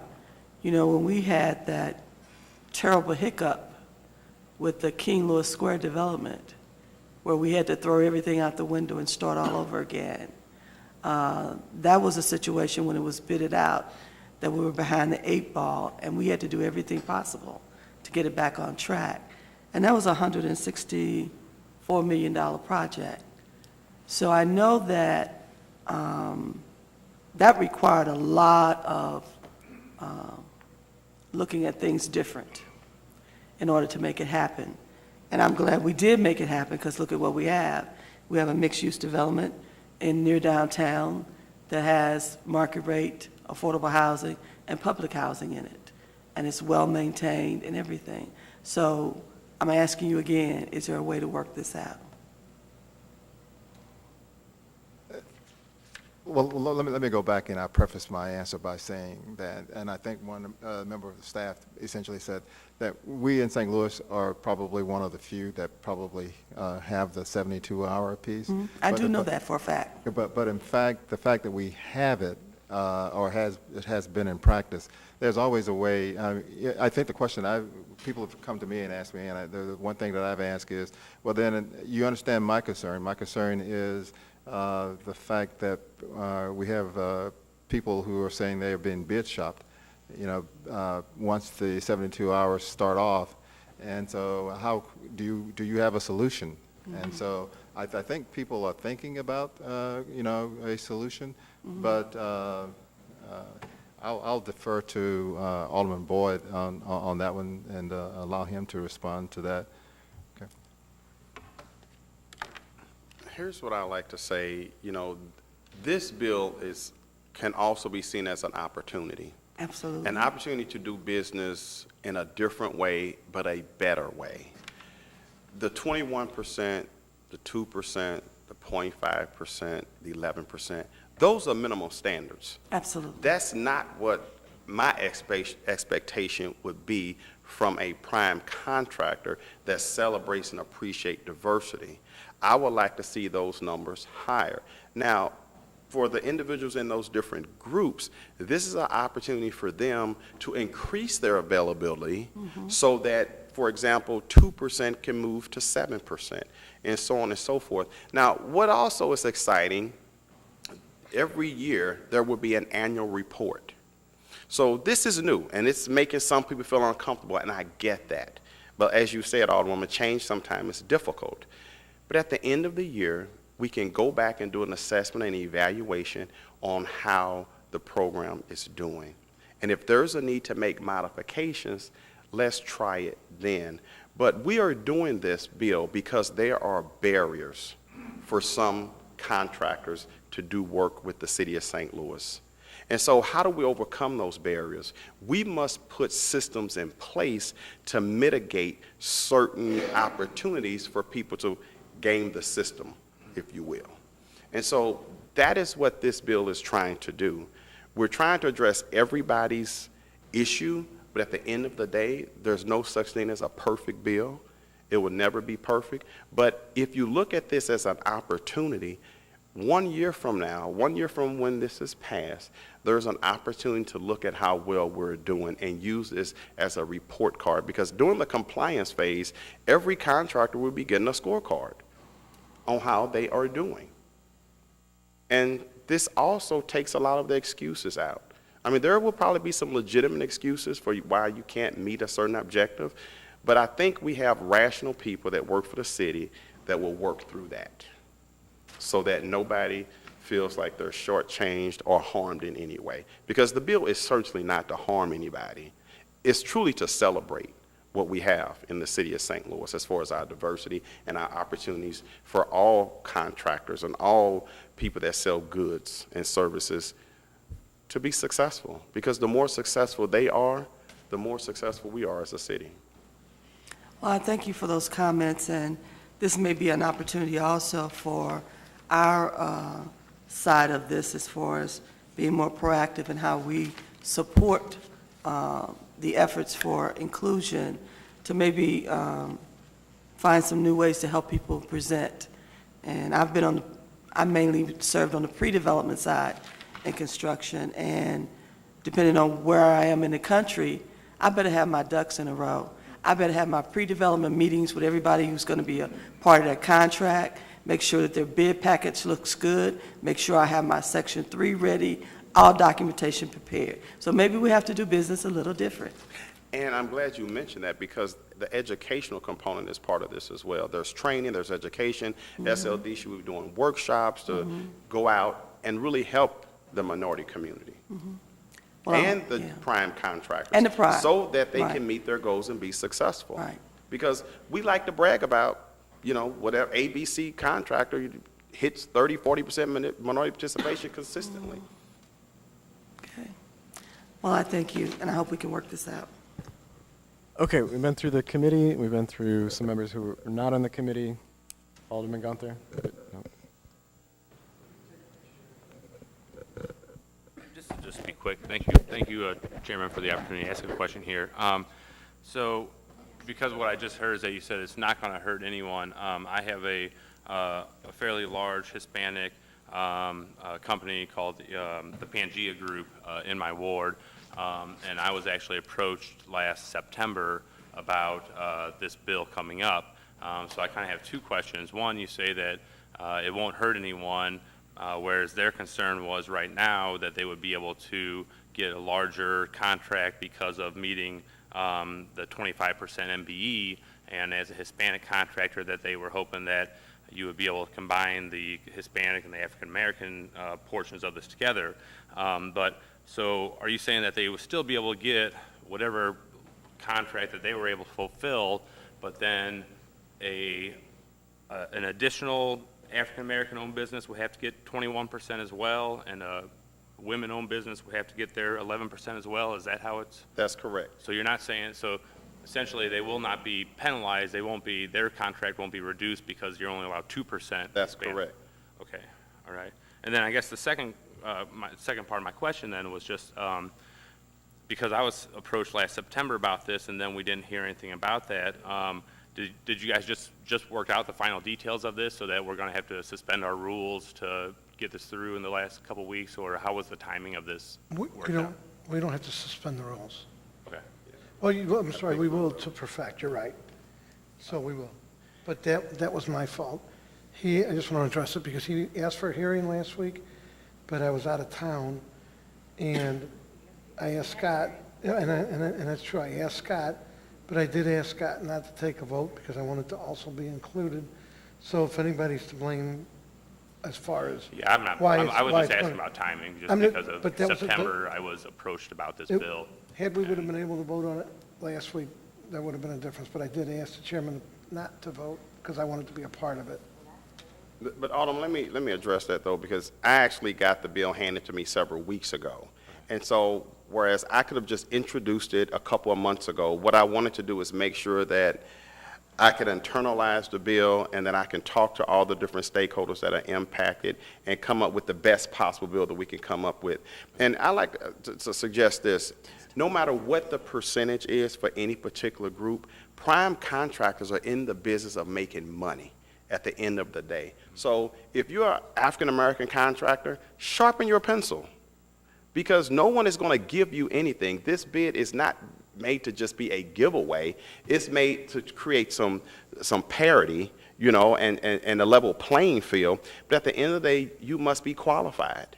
You must be highly qualified and skilled to do the work, and you must give a reasonable bid so that everybody can make money. So there is no reason whatsoever that if, for example, the Hispanic company gave a great bid on drywall, was the lowest bid, and they made up 8% of the participation, that someone would say, oh, well, we can't give you that because we only want to meet 2%. So we're going to throw your bid out, but you're the lowest bidder. Yeah, so that was just my question. So if they do meet that 8% or 10% or whatever, and especially because the Pangea group that I met with, they specialize in like site remediation and cleanups and stuff like that. So they were concerned that, you know, that they would only be allowed to get this 2% now. But if they got 10% of a project, then you would still have to get 11% women, to 22% or 21% African American additionally besides that portion. Okay. And I like to suggest that for years since I've been down here, most minorities are saying we should have 40% participation. At 25% was way too low. And most people were thinking the 25 was basically African Americans, and not all of them lumped in one. And so these are minimum standards. They're not ceilings. Gotcha. All right, thank you. Okay, now we've been through the committee members and other members of the board. We have a few people signed up to speak. I think they all are affiliated with AGC in some capacity. There's Anthony Lancia, Bill Wagner, and Brian Murphy. I'm going to let you guys decide which order you'd like to go in. So we'll start with Mr. Lancia. Did you need more copies? No, I think we got enough.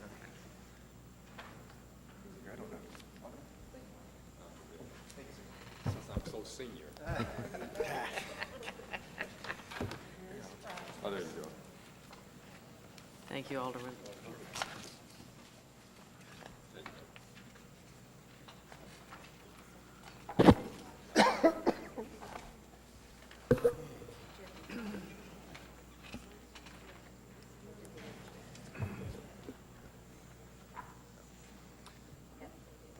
Okay.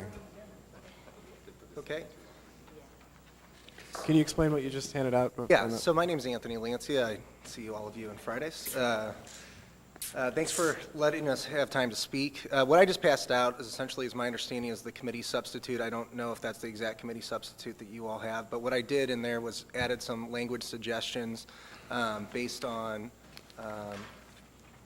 some member concerns with the bill. So first I just... So everything in red, just so we're Everything clear. in red. Everything in red that's underlined Is what I've added. Is your suggestion, okay. Yeah. And I'd like to first just... Some of them are black. Some of them are red. I had to make copies here. Well, I lucked into the red one.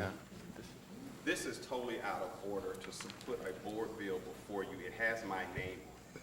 And this should not be before this committee. Okay. Unless there's a motion to put it before this committee, this should not be discussed. So, well, okay. So this is what I'll say. Mr. Lancia is welcome to discuss Board Bill 270 Committee Substitute, which is before us. He has comments on Board Bill 270, which is before us. I think his comments are contained partially in what he just handed out. But to be clear, what he just handed out is not a bill that is before us. So, Substitute. Mr. Chairman, this says Board Bill 270 Committee Substitute introduced by Alderman Jeffrey Boyd. It has my name on it. It's not a Board Bill Committee Substitute that I've initiated. And I'd appreciate it if you do not hear it. And it, well, we're not hearing it. Wait a minute. Alderman. I'd appreciate it if you would take it up. Now, if Mr. Lancia want to talk about and walk through his concerns, he can do that. But I'm offended that a bill would be handed out with my name on it without my consideration. This isn't a bill, though. He didn't. Bill. He did not hand out a bill. It's not. It's Board Bill 270 Committee Substitute. Is that not what you're He could write tiger on it. It doesn't make it a tiger. Okay. He handed out something that has his comments about Board Bill 270 on it. What he just handed out is not before us in the form of a bill. Okay? He is allowed to provide testimony on the bill that is before us, which is Board Bill 270, Committee Substitute. This is out of order, but you're the chairman.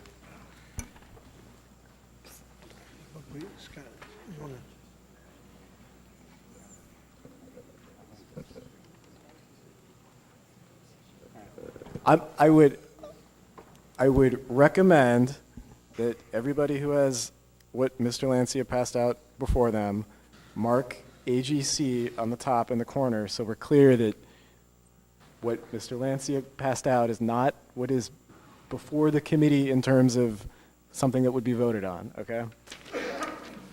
Because we have what is before us, Board Bill 270 Committee Substitute, that the committee took up. Boyd's name and scratch through that. Redact his name. Redact Okay. Alderman Boyd's name from the copy. Sure. Maybe we'll scratch out Alderman Boyd's name on the first page as well. All right. Mr. Lancia, you're welcome to. This is the copy that I was given. That's the only copy I have. So the first thing I wanted to do, if you wouldn't mind, I just wanted to first appreciate the leadership in the Black Caucus.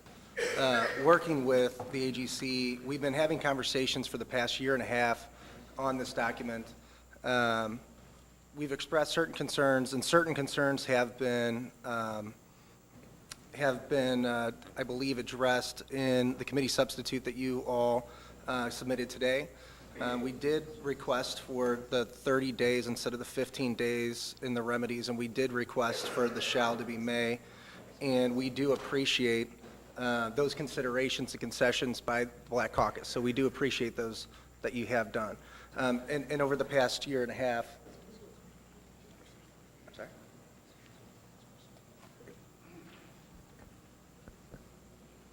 Give me 1 second. Sure. We'll take a brief pause.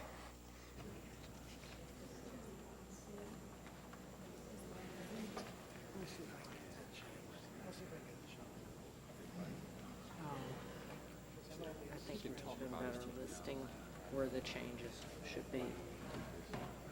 List, yeah, and say, yeah. Agreed. There is confusion. But this one doesn't correspond with this one. The line numbers and all are All right.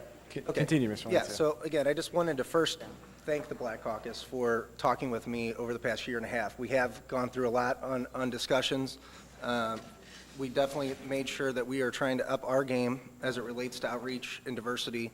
Over the past year and a half, we helped with an outreach session out in NGA, which was really important to us, and we did over 500 outreach to the community. We were able to help assemble the trades. So this is an issue that we're very, very attuned to. We definitely want to work with the bill's sponsor, and I apologize to Alderman Jeffrey Boyd if he's still in the room. If there's any miscommunication on utilizing this document for our talking points, but I just wanted to use what it was that you all are going to be looking at. What I wanted to say is that there's a lot of new things in this bill that have been added to the bill. The current legislation is the current minority participation goals are 25% minority. Business enterprise, that's all inclusive of all the minority groups, and then 5% women. We then do go through workforce. Workforce has been changed from 25, well, it stays at 25% minority. It goes from 5% women to 7% in this board bill. It goes from 20% city resident to 23% city resident. It goes from 15% apprentice to 20% apprentice. So there are some significant changes in here as it relates to this board bill that we've tried to work with and try to accommodate.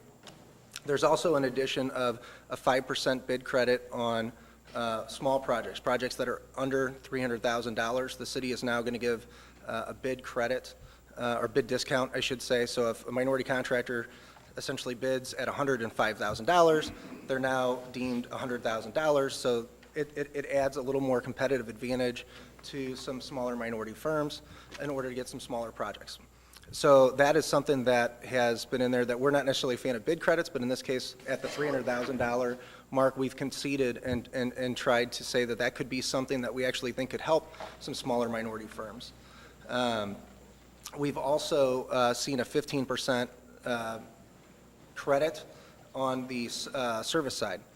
We left that alone.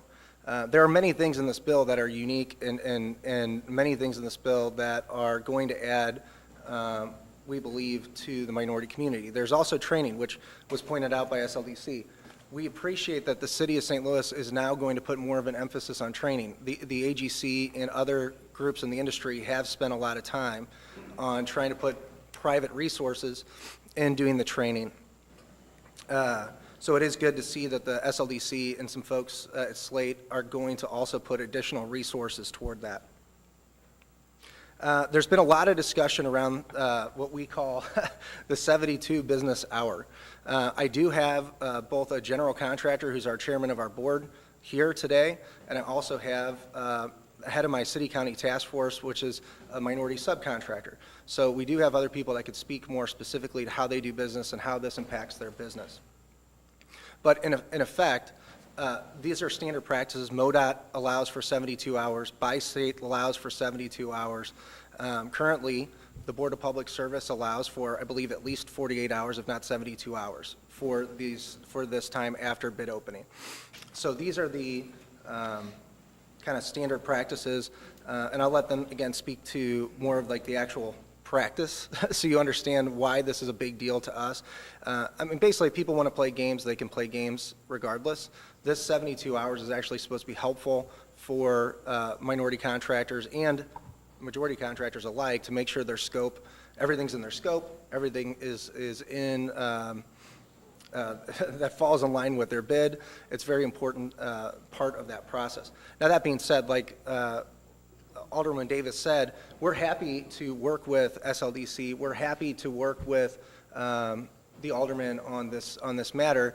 It doesn't necessarily have to be 72 hours, but the problem is once this passes in the board bill like this today, it does not leave us a lot of gray area for us to be able to negotiate this piece. If the SLDC wants to put in their policies and procedures after this board bill passes that basically bids have to be done at bid time, subcontractor list has to be done at bid time, that's something they could still do in their policies and procedures. We would like to be able to work with SLDC and the Black Caucus to continue to work with this.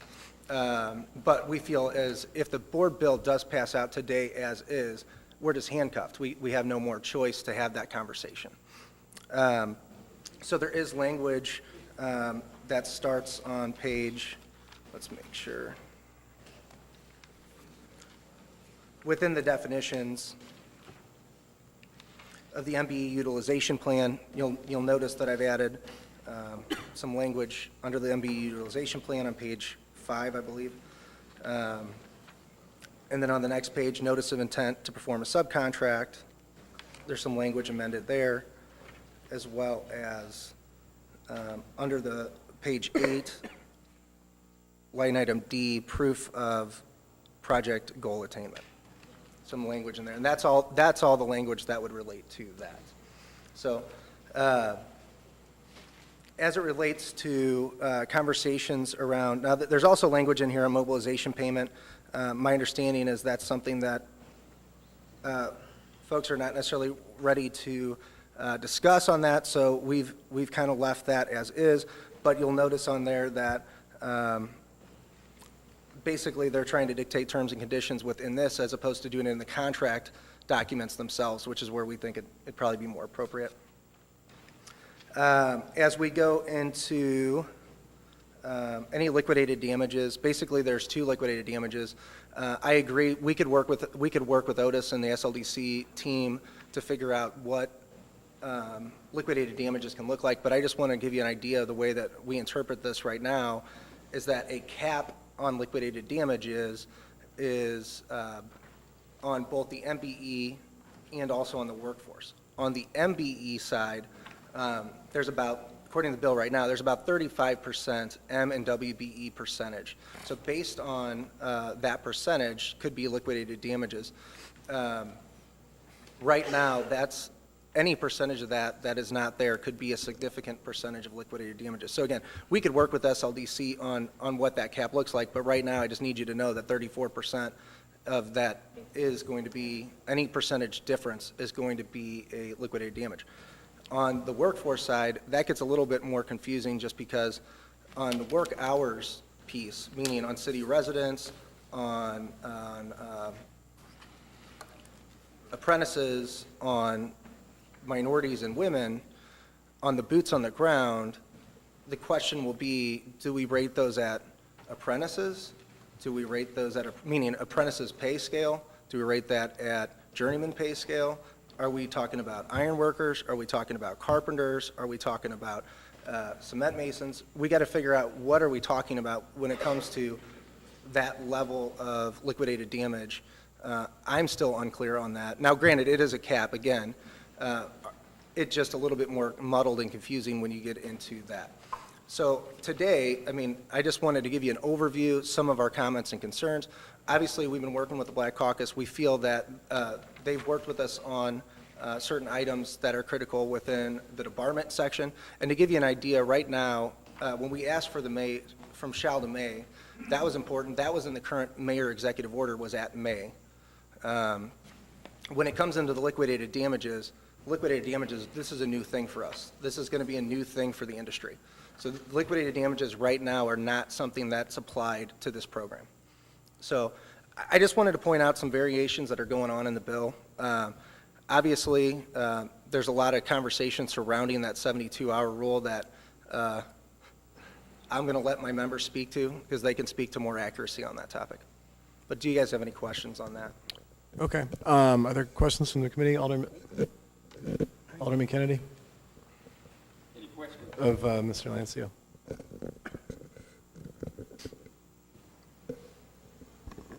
Just briefly, Mr. Vice Chair. How does having 72 hours serve minority businesses? Sure. How would that benefit them? Sure, and I'm going to let them speak as more, but I can also give you some examples. So basically what happens is both for minority and majority firms, Right. when everybody's given their bids in at bid time, they give it at the last second because nobody wants their bid shop. So you get it 5 minutes before they're due, and you get all these different bids from multiple contractors. So we're not talking about one contractor or 2 contractors. We're talking about multiple contractors on a larger job. So when they get the bid, and let's say the GC becomes the low bid or the prime contractor becomes the low bidder, then what happens is now you got to look and make sure that all those scopes, what's in your scope?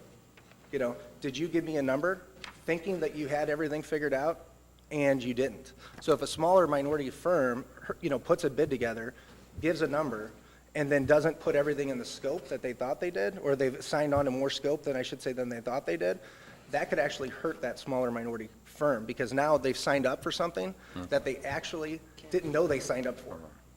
That's an issue. I don't think that, my opinion is that does not outweigh how this has been abused down through time. Mr. Vice Chair, I really do think that this was inappropriate by submitting this in bill form with the alderman from the 22nd's name on it. I've been here for some time and haven't seen that. It is grossly inappropriate and somewhat insulting. I do not think it should be before the committee. I would not recommend that. It's not before the committee. Well, you did accept it, Mr. Vice Chair. Well, I asked the everyone chair is would welcome not. to put it in the trash if they don't like You it. gave me the opportunity to speak, and so I'm just giving my opinion upon it. I'm not criticizing you individually. I'm just saying from my experience and what I have seen here at the board, it is inappropriate. Sure. I don't suggest that you do that again in the future. And I've learned. Thank you. I clearly understand why the sponsor would be upset. Sure. Because if this gets out in the public with his name up on it, it can bring him some distress that is undue to him because this is not what he had submitted, and that becomes a major problem. Understood. And why I do not think it should have even been accepted by the committee. If I'd recognized that this is what it was, I wouldn't have passed it out, and I would have turned back to you and said something else. So that is my recommendation to you. That is the first time I've done that, and I'm now learning about this, so I apologize for that. And it meant no disrespect whatsoever. That's really, is that a long list, Mr. Vice Chair?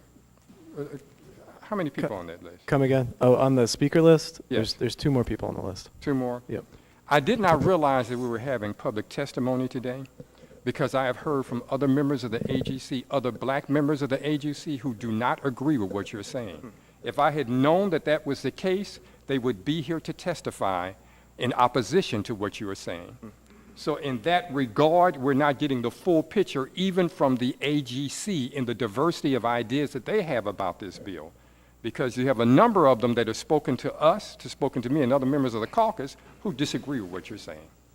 In all respect, I mean, I believe that we represent our association and can speak for our association on that. I do know there's always members that disagree with things. Surely. So, I mean, I Right. can't say that you didn't speak to a member that disagreed with this comment, but I also do know that we have a plethora of other members Right. that this obviously won out as far as our concerns for the Surely. day. But that's not my point. My point is if I knew that we were having public testimony on this today, they could have been in here so we could hear their voices. Because in that regard, we're not even hearing the full diversity of ideas within the AGC. And Thank I you. appreciate that you took the time to listen to me as a representative of the AGC. Right. Thank you, Mr. Vice Chair. Alderman Boyd, do you have any Alderman Boyd, do you have any questions of Anthony? Okay. Alderman Howard? I do. On taking out the liquidated damages, how does that affect bidders? I'm not a contractor, although when I have home repairs, I feel like a general contractor, but that's another issue. But how does the liquidated damages, the change, I guess this is a change to what's been done previously. Correct. So before, how was it handled, just so I can? There get a were no feel? liquidated damages. There was the opportunity for debarment. So the debarment piece So was debarment means was you in will there. not be a contractor that is sought out by Correct. the So city of St. that was Louis. that was an opportunity from the mayor's office or SLDC, however it was structured, that if somebody was felt that they were not taking this seriously, is essentially the way it's always been worded to me, that they could potentially debar somebody for a couple of years. Yeah, Okay. So now there's a monetary penalty? correct. This would be a new thing. Non-compliance. And the only thing that we've asked in this bill is that where you look at the minority business enterprise piece, that we put a cap at 0.5% of the entire contract, which is about 10% of profits on a general contractor's job. That's not an insignificant number. That's 10% of their profits on a job. As it relates to the workforce, like I said, that's a very ambiguous side. I don't really know how they're going to judge the liquidated damages on the workforce piece. That's the only reason I suggested So- scrapping that. Are the liquidated damages negotiated at the time of the contract for each job? And those are, I guess, built into the contract, and they can be tailored for each contract, is that correct? That's how it should be. Okay. I don't know how it's going to be structured, and as Otis pointed out, and we appreciate working with him in the future on how that might. Okay, so it would be, probably would have to be enforced, there would have to be some equity here. So if there was a minority contractor that was found out of compliance, they would be penalized according to that contract that was set up at the beginning. Correct. If you're a prime contractor, it's going to impact you. It doesn't matter if you're minority firm or majority firm, you're going to be subject to these liquidated damages. Okay, and do you think this will, how do you think that'll play out among contractors? What's your prediction? Well, The AGC, what is their Right, well, take? depending on what the liquidated damages are, obviously, if they're at the level they are today, you might get a lot of people that choose not to bid because that's a lot of ambiguity. There are some people that may choose to bid at a higher rate just to offset the risk of the liquidated damages. Obviously, everybody that I represent is trying to do their best to meet these goals and to do good faith efforts if they can't meet the goals. But there's always the possibility of liquidated damages, according to this bill. Okay, that's all I have, thank you. Alderman Arnowitz is no longer with us. Alderman Howard, any questions?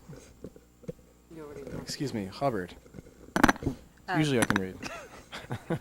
Alderwoman Hubbard, please proceed. It's been a long morning. I'll just have to be perfectly honest. The manner in which this was presented to us has definitely muddied the water so much for me because I feel that, as a committee and even as a body, we wouldn't want to set a precedent with putting things like this before us because it does read as if the sponsor is in agreement with it. And, I know you work hard for the agency, and I know you said you've been working with the Black Caucus, and I know you called me a day or so ago, and I couldn't get back with you, but I think it's just a testament to how we need to probably do a better job of working together because I feel, you should have known that this should have came in the form of talking points opposed to coming in the form of a board bill. And with respect to what Alderman Kennedy said, if there are some varying opinions out there regarding what other African Americans of the AGC feel, I feel that they should have been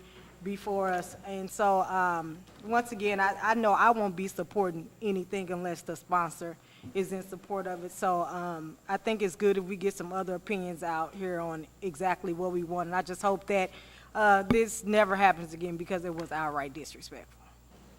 Thank you. And I honestly hope that this body, who I've worked with for 9.5 years, can see past a mistake, and it would not make a determination based on me handing out a piece of paper that I did not intend to insult anyone. So I really do hope that we have a stronger working relationship than that.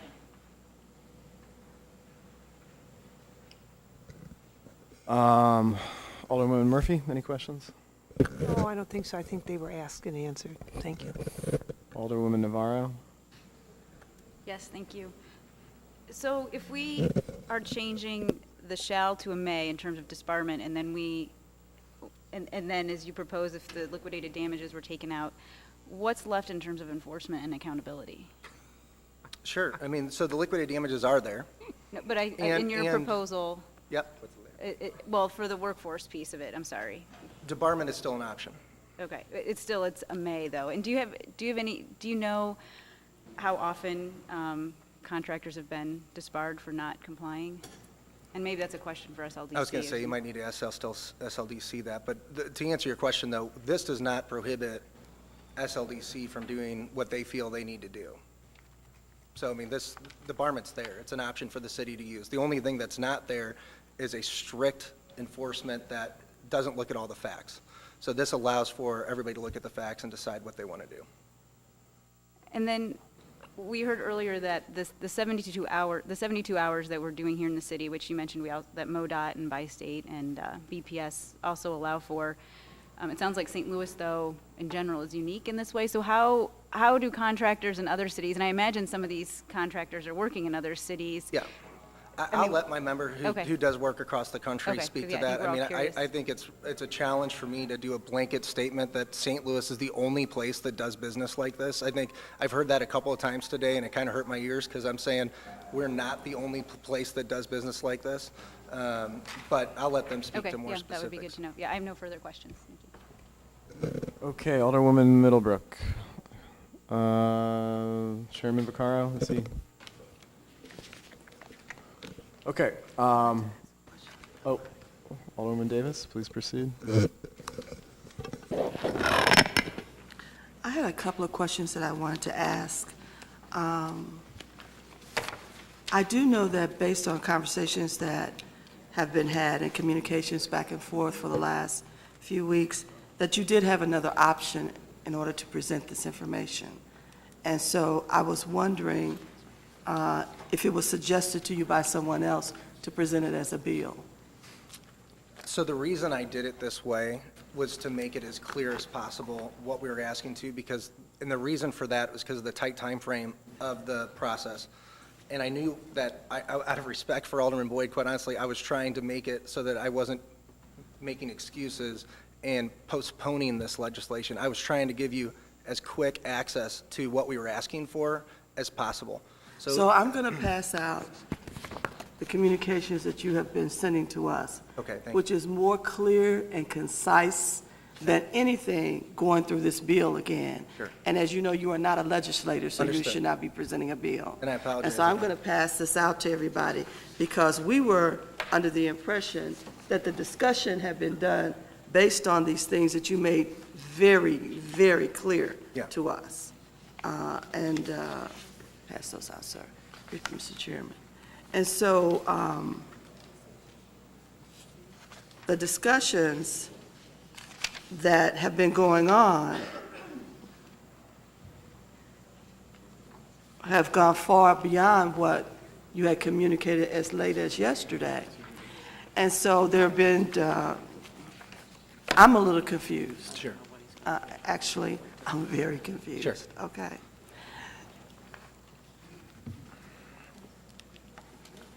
So based on your membership, Yeah. since last night, a lot of things have come to the forefront that you now have a lot of concern for. That is more than what was communicated in this document. And I've listened to your testimony today. Sure.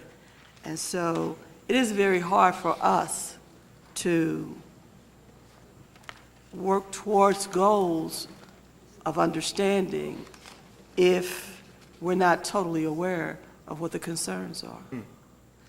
So can you share with me what happened overnight? Well, my understanding was there are certain things that Alderman Boyd was willing to talk about, certain things that he wasn't. And so what I was trying to do was basically minimize what I'm bringing to the table. Now, it's possible that I've added, like the liquidated damage piece I threw in there just to be able to clearly articulate options for that. I was not aware of whether or not people would be willing to even consider that. But I wanted to at least point out our concerns so that everybody understood that. But as far as the 72-hour piece, I believe that was in there, as well as just general discussion surrounding the MBE discussion and things like that. Okay. Now, my other question, when you talk about liquidated damages, for those who may not understand how the construction industry works, and I do understand it very clearly. So when we have contracts and we negotiate to do a job for an owner, we can do it one or two ways. We can put a certain percentage up front that is held in escrow. We make a determination of the percentage of the project that may or may not have use for damages and agree upon that up front. We also can look at how we want to turnkey the project. We can turnkey a project at 2 or 3 different points. And so we can look at a project when it's 75% and determine at that point what needs to be remedied. And we would do that on our own without getting to the point of liquidating damages. Then we can look at the project again at 90% and make determinations of where we are and make those certain changes and corrections on our dime at our loss. And then the final turnkey, we all sit down, we negotiate, we determine if we're satisfied, if there is some reason to have concern with something, and then we sit there and we negotiate how we're going to remedy that. Sometimes the owner of the project may allow us to just simply do what needs to be done, or depending on the need to move forward, whether it's a certain open date or whatever is required, then they'll say, leave me with this amount of money, I'll take care of it later, and we're done. So we know that that's how liquidated damages are normally handled with projects. And so what I'd like to ask you is, what would you like to see different? Yeah, so what I looked at when we looked at the numbers, like I said earlier about the MBE piece, so you have the MBE piece and the workforce piece. So the MBE piece, I think that's a little more definable and understandable as far as the percent of contracts and what happens there. What I was trying to figure out,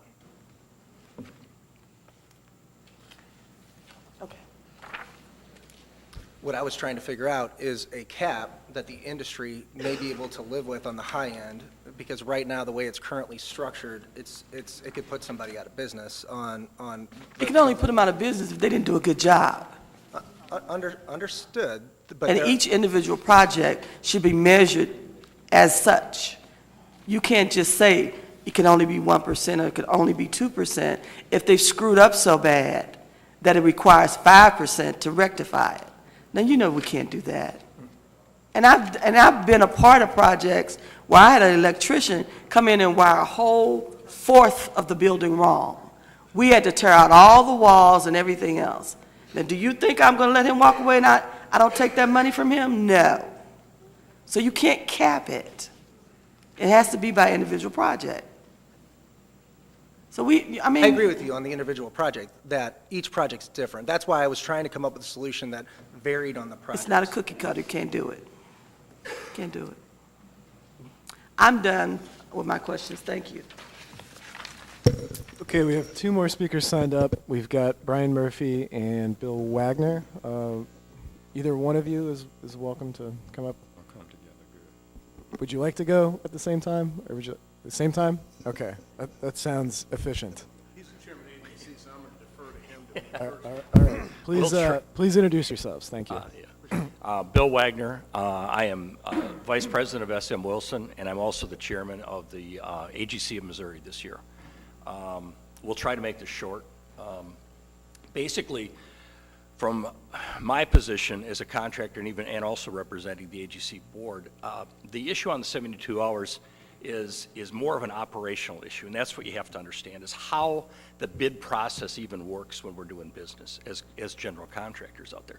And the word bid is sort of widely used. Sometimes it's bid, and sometimes it's because you're a CM out there and you're bringing bids in from the subcontractor community and you're not competitively bidding. But in the public works sector, it's a competitive bid market. So if I'm bidding and there's 3 other general contractors, we're all bidding at that same time, and it's due at 2 o'clock that afternoon. I just went through this process last week at BJC. There were 5 general contractors, and it happened to be a large mechanical job. So they asked us to list the mechanical contractor. Nobody else but the mechanical contractor at the time we bid. I had a person over at BJC's office at 2 minutes to 2 writing the number down for the $6 million contract. And right after that, because we didn't even know who the mechanical contractor was going to be, because I'm getting numbers until 5 minutes before 5 from 5 different mechanical contractors of who's going to be low, then I wrote the mechanical contractor down, and that's the way the number went in. It's impossible for me to do this from an operational standpoint. Forget about everything you said here, I agree with. We don't want bid shopping. We want to treat the minority contractors right. We do this on a daily basis. But I've got to be able to operate my business, and I can't operate my business by putting 20 subcontractors' names on a form at the time I turn a bid in. I just don't have time to do it. It doesn't work logistically, okay? What I'd like to see happen is if we'd have the 72 hours, we've got to put a percentage. We should put a percentage on there of what our participation is. Staff ought to hold us to that. We ought to sit down and be transparent over the next 72 hours of how we get there. But if I've got either a minority contractor or a non-minority contractor that I've got, and I'm going through scope and he's missing something, I don't want to put that person out of business. I want to have a couple days to shake this thing out, and if I got to change somebody, I want to change it. And if I got to sit down with staff and show them why I changed it, and even have that contractor in the room with me, I'd be more than happy to do that from a transparent point of view. That's my position on the 72 hours. Brian? My name is Brian Murphy. I'm president and owner of BAM Contracting, and I'm a member of the AGC and chairman of the City County Task Force. I'm going to try and approach this from a little different perspective. Bill has talked about, I think, pretty well about the 72 hours. I'm looking at the overall program. As a little bit of background, not only am I a contractor, before I was responsible under Mayor Vincent Sable for running these programs and putting together the initial ordinance or the executive order for 25 and 5. I have a career-long commitment to improving the capacity in the minority-owned business community. That is why, fundamentally, I think that we have to make some changes in this bill. This bill, folks, is not about enforcement. It's not about compliance. It is about building capacity in the minority business community so that when we run a disparity study in the next 25 years from the one that I initially ran, that you actually built some capacity. If you look at what we have right now, over the last 25 years, it's been pitiful. We have not been building enough capacity in the minority business community. And for this country to work well and for the city to work well, we've got to have viable minority-owned businesses out there. That is what I want to try and accomplish in this bill. I think, quite frankly, in talking to Alderman Boyd and Alderman Davis and members of the Black Caucus, I think that's ultimately what they want. But it's a matter of perspective on how you look at this. If you're trying to build additional capacity in the minority business community, then you're going to talk about things that make a difference. How are they financed? What is the capacity? What is the owner's knowledge of how the business runs? How do they do estimates? How do they respond to the general contracting community? Those are the sorts of things that are going to make sure that we have another 10 or 15 or 20 more minority businesses over the next few years that are going to survive and are going to hire more folks out of their community and to make this a better community. So that's what I want to concentrate on. Enforcement is not the goal. And so what we need to do is to make sure we've got some loan programs in place. I'm a member of an organization called Regional Union Construction Center that actually sits with a board of directors that's sponsored by the AGC and some of the unions and some of the major institutions that helps me go through strategic priorities, helps me get work, shows me how to do those sorts of things. And I've kept that over a period of 8 or 9 years, even though I've grown in volume and doing better. I would recommend that to any other contractor. But those are the sorts of things you want to build some capacity in the minority business community. Specific goals on projects, I think, is another way to do this. We've talked a little bit about having different percentages for different types of minorities. And the only thing I'm going to tell you there is to look at your disparity study and determine what's going to be legal, okay? But you should look at each project as an individual basis. There are going to be some projects where there's only going to be one major subcontractor. Well, are you going to hold them to the same 21 and 5 or whatever? Well, no, you can't do that. It doesn't make any sense. So you've got to have a mechanism, and the staff has to be empowered to write rules, because that's where the real rubber meets the road here. Your legislation is going to be something that gives you the background for, but the rules that we will promulgate with SLDC, I think, is what we need to do. So I'm going to stop there. I say what I really want to have here is something that works in the next 25 to 30 years. And I have a commitment from the Associated General Contractors to work on this bill, not to try and do things that would harm it. We want to do the same things, because that's the only way this is going to work. Okay, thank you, Mr. Wagner and Mr. Murphy. We'll go to questions from the committee. Alderman Kennedy, questions for either of these gentlemen? No questions. Alderman Boyd? Alderwoman Howard? Mr. Murphy, so your comfort level would be to possibly have the framework for this in this legislation, but allowing SLDC and your group to hash out enforcement and the nuts and bolts of it? Yeah, you don't want to do the Per details. se. Obviously, you guys are legislators. You don't want the details in the legislation and specifics. There are things that can be worked out there in the rules. And I guess And then that- they should come back to you to make sure that they're okay. And I guess that would allow the latitude for those rules to be adjusted as needed as you get more participation, that to encourage people to participate rather than discourage. You figure out what works and what doesn't work, and you make your changes on the fly. I got you. Well, not on the fly, but Over time. I got you. Thank you so much. That's all. Okay, Alderwoman Hubbard. No question. Alderman Murphy.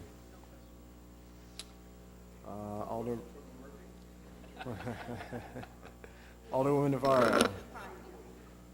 I'm still trying to understand this whole process. So just tell me, what happens after? So you have 72 hours to firm up your bid. What happens if after those 72 hours you find out that one of these subs can't do it for, what you were hoping, or something comes up? What happens if do you go back to SL? Yeah, just walk me through that. So basically what happens is when we'll end up turning the bids in, and like I said, it's over a minute, there's just minutes in between times where you're putting everything together on a job that might have, if we've got, let's say we've got 20 subcontractors, we might have 10 estimators in the room on this big screen just pumping numbers into two categories here, two categories. So they're all working off of different areas.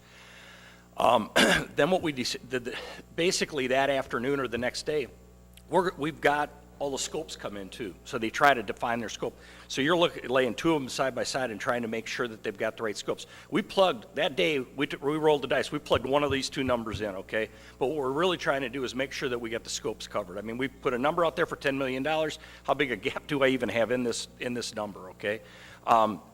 So what we want to do is the last thing I want to do, I want the minority participation. It makes my number get better. It makes the more minority participation, the better off I am, to be honest with you. But I also don't want to take somebody's number who's got a number out there of 150,000 and I call them up and say, hey, did you notice that you were supposed to have the insulation in your drywall? Oh, I didn't have the insulation. Really? How much is that worth? Well, it's worth, $20,000. Well, I'm going to give you that. You want to do this, or do you want to pull your number from me? So I'm going to go through scopes over that period of time to make sure that everybody's got scopes and they're apples and apples. And that's basically what we're doing. We're not shopping. We're trying to protect. I'm trying to protect people. Last thing I want to do is drive somebody down and have them go out of business on that job. Why would I want that to happen? Now, I'm not saying that there aren't some contractors out there that may take a different approach, but I'm sure not in that situation. That would be stupid on my part to do that. It really would. I'm trying to help and make sure that we're protected going into the job with the right contractors that have the right scopes, but it takes time to go through that process, and it takes a day or two to do that. But I have no problem turning in a number and turning in a percentage and being, again, as I said earlier, transparent with staff of, here's how I got there on that day, here's all my paperwork, this is who I planned on using, and here's where I am 2 days later because of all the scope research. And they can sit in the meetings with me if I don't care. They're more than welcome to sit in there if they want to. But that's basically what happens. So at what point do you go back to SLDC and say, this isn't? Within that 72 hours, we have to. I mean, that would give us time to shake through those numbers. But first of all, it's impossible to list everybody. You can't do it, just physically can't do it from an operational standpoint. And then number two, it's time to protect not only us, but the owner and everybody else, that we don't have somebody going out of business halfway through the job. Okay, thank you. Okay, Alderwoman Middlebrook. Chairman Vaccaro? Okay. Thank you, gentlemen. I think that concludes the public comment portion of the meeting. Okay, a reminder that what is before us is Board Bill 270 Committee Substitute, which was placed before us about an hour and 45 minutes ago, just to be clear on which one we're looking at. There's no red on it. And so, Alderman Boyd, you were recognized to close. Thank you, Mr. Chairman, members of the committee. I move Board Bill 270 Committee Substitute be passed out of committee with a due pass recommendation. Second. Previous roll. There's been a motion and a second. I'm going to assume there's an objection to previous roll, but I was not. I don't think you Mr. want it. Mr. Okay. Yeah, Mr. Clerk. Did you say pass out of committee with due pass recommendation? That's correct. Okay. Mr. Clerk, please call the roll. Alderman Kennedy? Aye. Alderman Boyd? Aye. Alderwoman Howard? Aye. Alderman Arnowitz? Alderwoman Hubbard? Aye. Alderwoman Murphy? Alderman Ogilvy? Aye. Alderwoman Navarro, Aye. Alderwoman Middlebrook, Alderman Vaccaro, Aye. President Reed. You have 9 aye votes, Chairman. Okay, 9 aye votes, 0 no votes. The motion is sustained. Board Bill 270 committee substitute passes out of committee with a do pass recommendation. Thank you for the testimony and time from everybody today. We also had a resolution on the agenda, which I think we're going to hold until the next meeting. So as that said, the legislation committee is adjourned. Thank you.